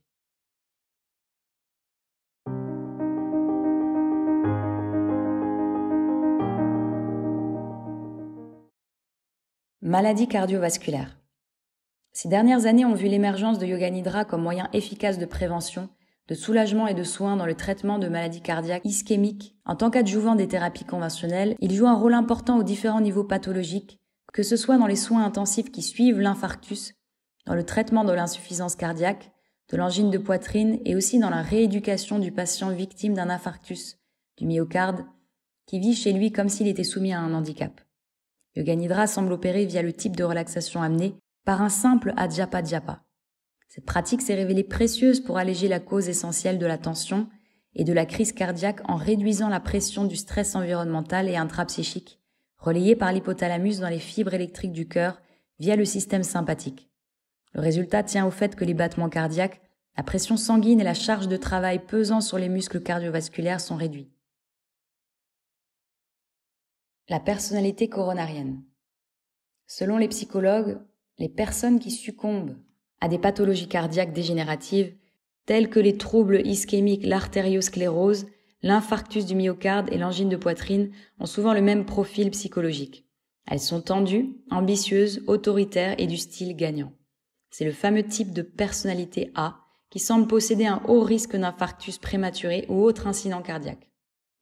Le sujet enclin à des troubles coronariens a le profil du travailleur acharné qui mange, boit et fume à l'excès, qui ne sait pas ce que se relaxer veut dire, peu enclin qu'il est à prendre de l'exercice de manière sensée. Il bloque toute expression positive de ses émotions et de ses sentiments, avec une tendance à avoir le cœur dur, tout en ayant en même temps une forte sensibilité, car il a tendance à mettre le couvercle sur ses ressentis intimes. Ceux-ci trouvent un exutoire dans des explosions où surgissent la rage, la frustration, la colère, la passion et la violence. Ces fréquents éclats dus au trop-plein émotionnel génèrent une énorme pression intérieure sur le cœur, l'obligeant à travailler comme un forçat et à s'user avant l'heure. Yoga Nidra offre une excellente procédure préventive dans le traitement cardiovasculaire. Il induit une attitude mentale et un climat émotionnel plus modéré qui permettent aux pratiquants de faire face avec brio aux aléas stressants de la vie quotidienne. Influence sur le cholestérol et les niveaux lipidiques. Lors d'une étude menée à l'université de Tel Aviv, le Yoga Nidra s'est révélé être un facteur significatif de réduction de cholestérol chez des patients cardiaques. D'autres expérimentations ont montré de moindres niveaux de circulation d'hormones de stress ou de sécrétions endocriniennes métaboliques incluant les lipides, l'acide lactique, l'aldostérone, la testostérone, l'adrénaline et la dopamine bêta-hydroxylase. L'hypercholestérolémie, haut niveau de cholestérol dans le sang, est l'un des facteurs de risque les plus connus des maladies artérielles et de l'artériosclérose généralisée. Le sérum des patients cardiaques dont les niveaux de lipides et de cholestérol sont élevés de manière constante et laiteux, épais et turpide, en contraste avec le sérum clair et limpide d'une personne en bonne santé qui consomme des aliments sans graisse saturée, d'origine animale. L'effort pour pomper sans discontinuer ce liquide lourd et visqueux, présent dans le réseau artériel, impose un travail immense aux muscles du cœur, soumis comme le serait un moteur qui, obligé de pomper une mixture épaisse et huileuse, s'userait plus vite que celui qui ne pomperait que de l'eau. Dans le passé, les chercheurs en médecine ont essayé de contrôler l'hypercholestérolémie en recourant à des thérapies médicamenteuses, telles que les résines cholestéraminiques, associées à un régime pauvre en graisse, avec des résultats très moyens. Yoga Nidra se présente comme un adjuvant efficace qui abaisse le facteur délétère dans la maladie cardiaque. Influence sur la testostérone. Les fluctuations de la pression sanguine dues à des états émotionnels instables et à un relâchement brusque des tensions ont toujours été considérées comme nocives à la santé cardiovasculaire. Des chercheurs à la Texas University, San Antonio, ont découvert un lien très clair entre les hormones mâles et les dommages cardiovasculaires. Ils ont trouvé des sites récepteurs spécifiques, des molécules de testostérone dans les parois des grandes artères et des chambres cardiaques. La libération excessive de testostérone dans le courant sanguin, qui survient dans les circonstances d'explosion émotionnelle, est perçue aujourd'hui comme dangereuse pour le cœur et les vaisseaux sanguins, du fait que les molécules hormonales se fixent sur ces sites récepteurs. Nombre de cardiologues, tels le célèbre Dr Christian Barnard, pionnier de la transplantation cardiaque, ont reconnu la valeur de la relaxation et de nombreuses techniques de yoga comme étant capables d'exercer une influence stabilisante et pacifiante sur les comportements et les courbes de sécrétion endocrine. Ils prescrivent couramment le yoga nidra, à la fois comme prévention de risques cardiaques prématurés et en vue d'induire un repos cardiaque profond sur les plans physiques et mental chez les patients cardiaques anxieux et craintifs. Crise cardiaque mineure et majeure.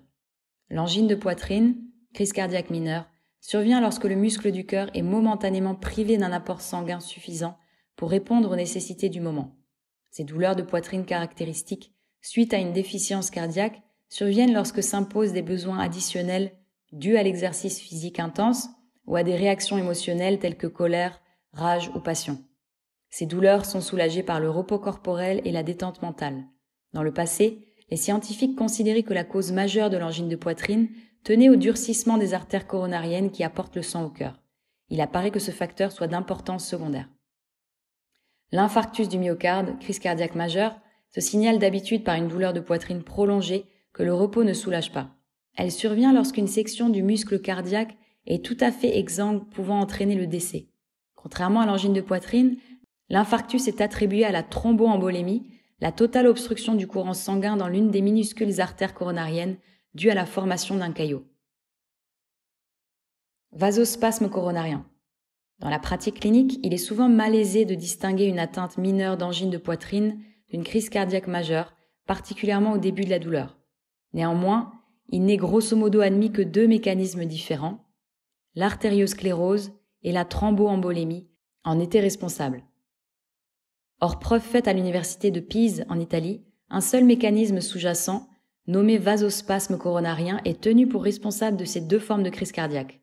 Dans le vasospasme coronarien, les vaisseaux sanguins du cœur vont manifester un spasme partiel ou total en réponse à une tension émotionnelle ou psychique relayée à partir des centres émotionnels de la région limbique jusqu'aux parois des vaisseaux sanguins, via l'hypothalamus et les fibres nerveuses vasoconstrictives qui irriguent le cœur.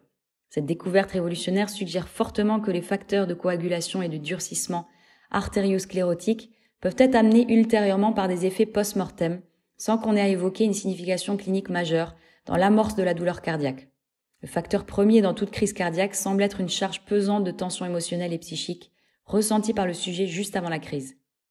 La capacité qu'a la relaxation yogique de modifier le climat émotionnel et mental du patient cardiaque grâce à la conjonction de la détente et de la diversion attentionnelle et d'empêcher les manifestations des troubles n'a pas encore reçu toute la reconnaissance des cercles médicaux, bien qu'elle ait été clairement mise en lumière dans les publications.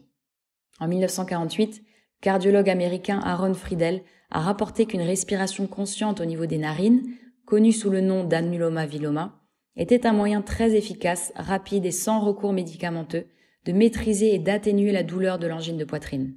C'est seulement de nos jours que la valeur de Yoga Nidra en tant que technique thérapeutique majeure des maladies cardiaques ischémiques est apparue. La séance induit un état de profond apaisement mental et de relâchement des tensions.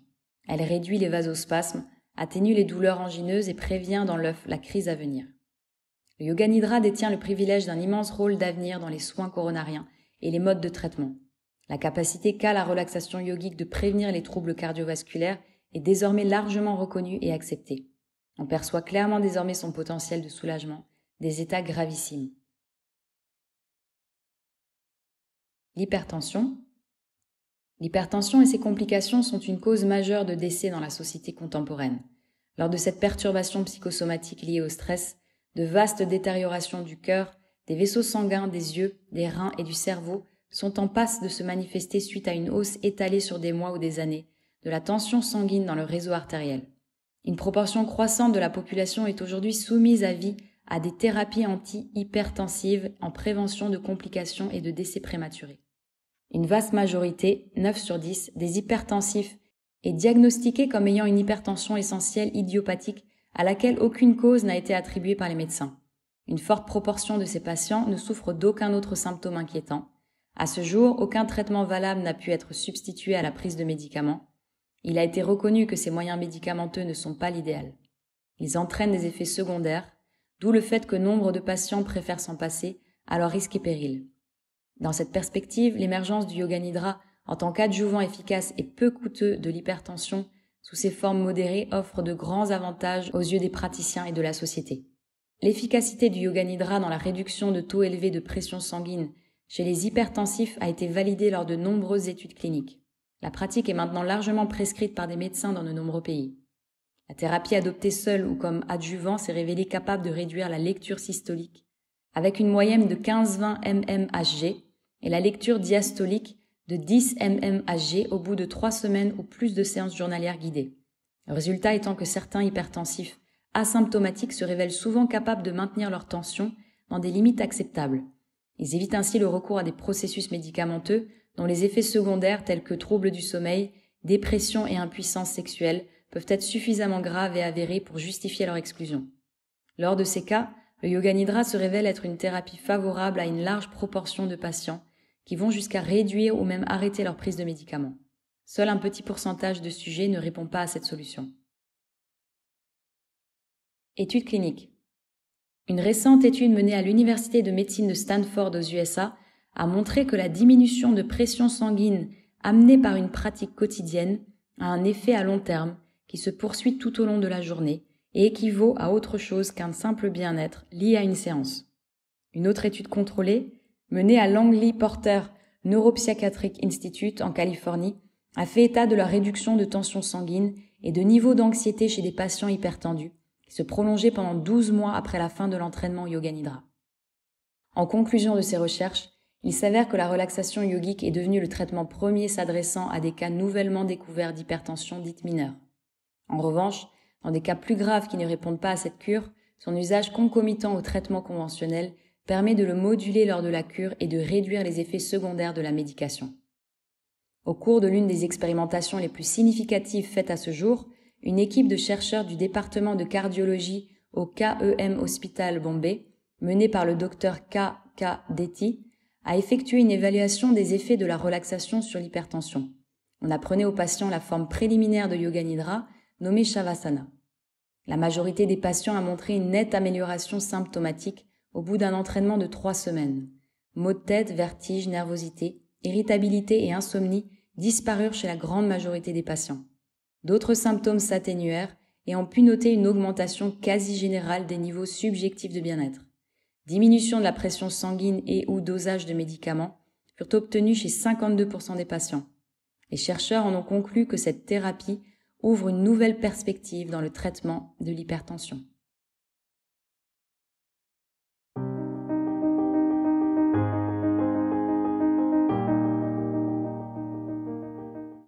Un grand merci à tous d'avoir suivi ce livre audio jusqu'à la fin.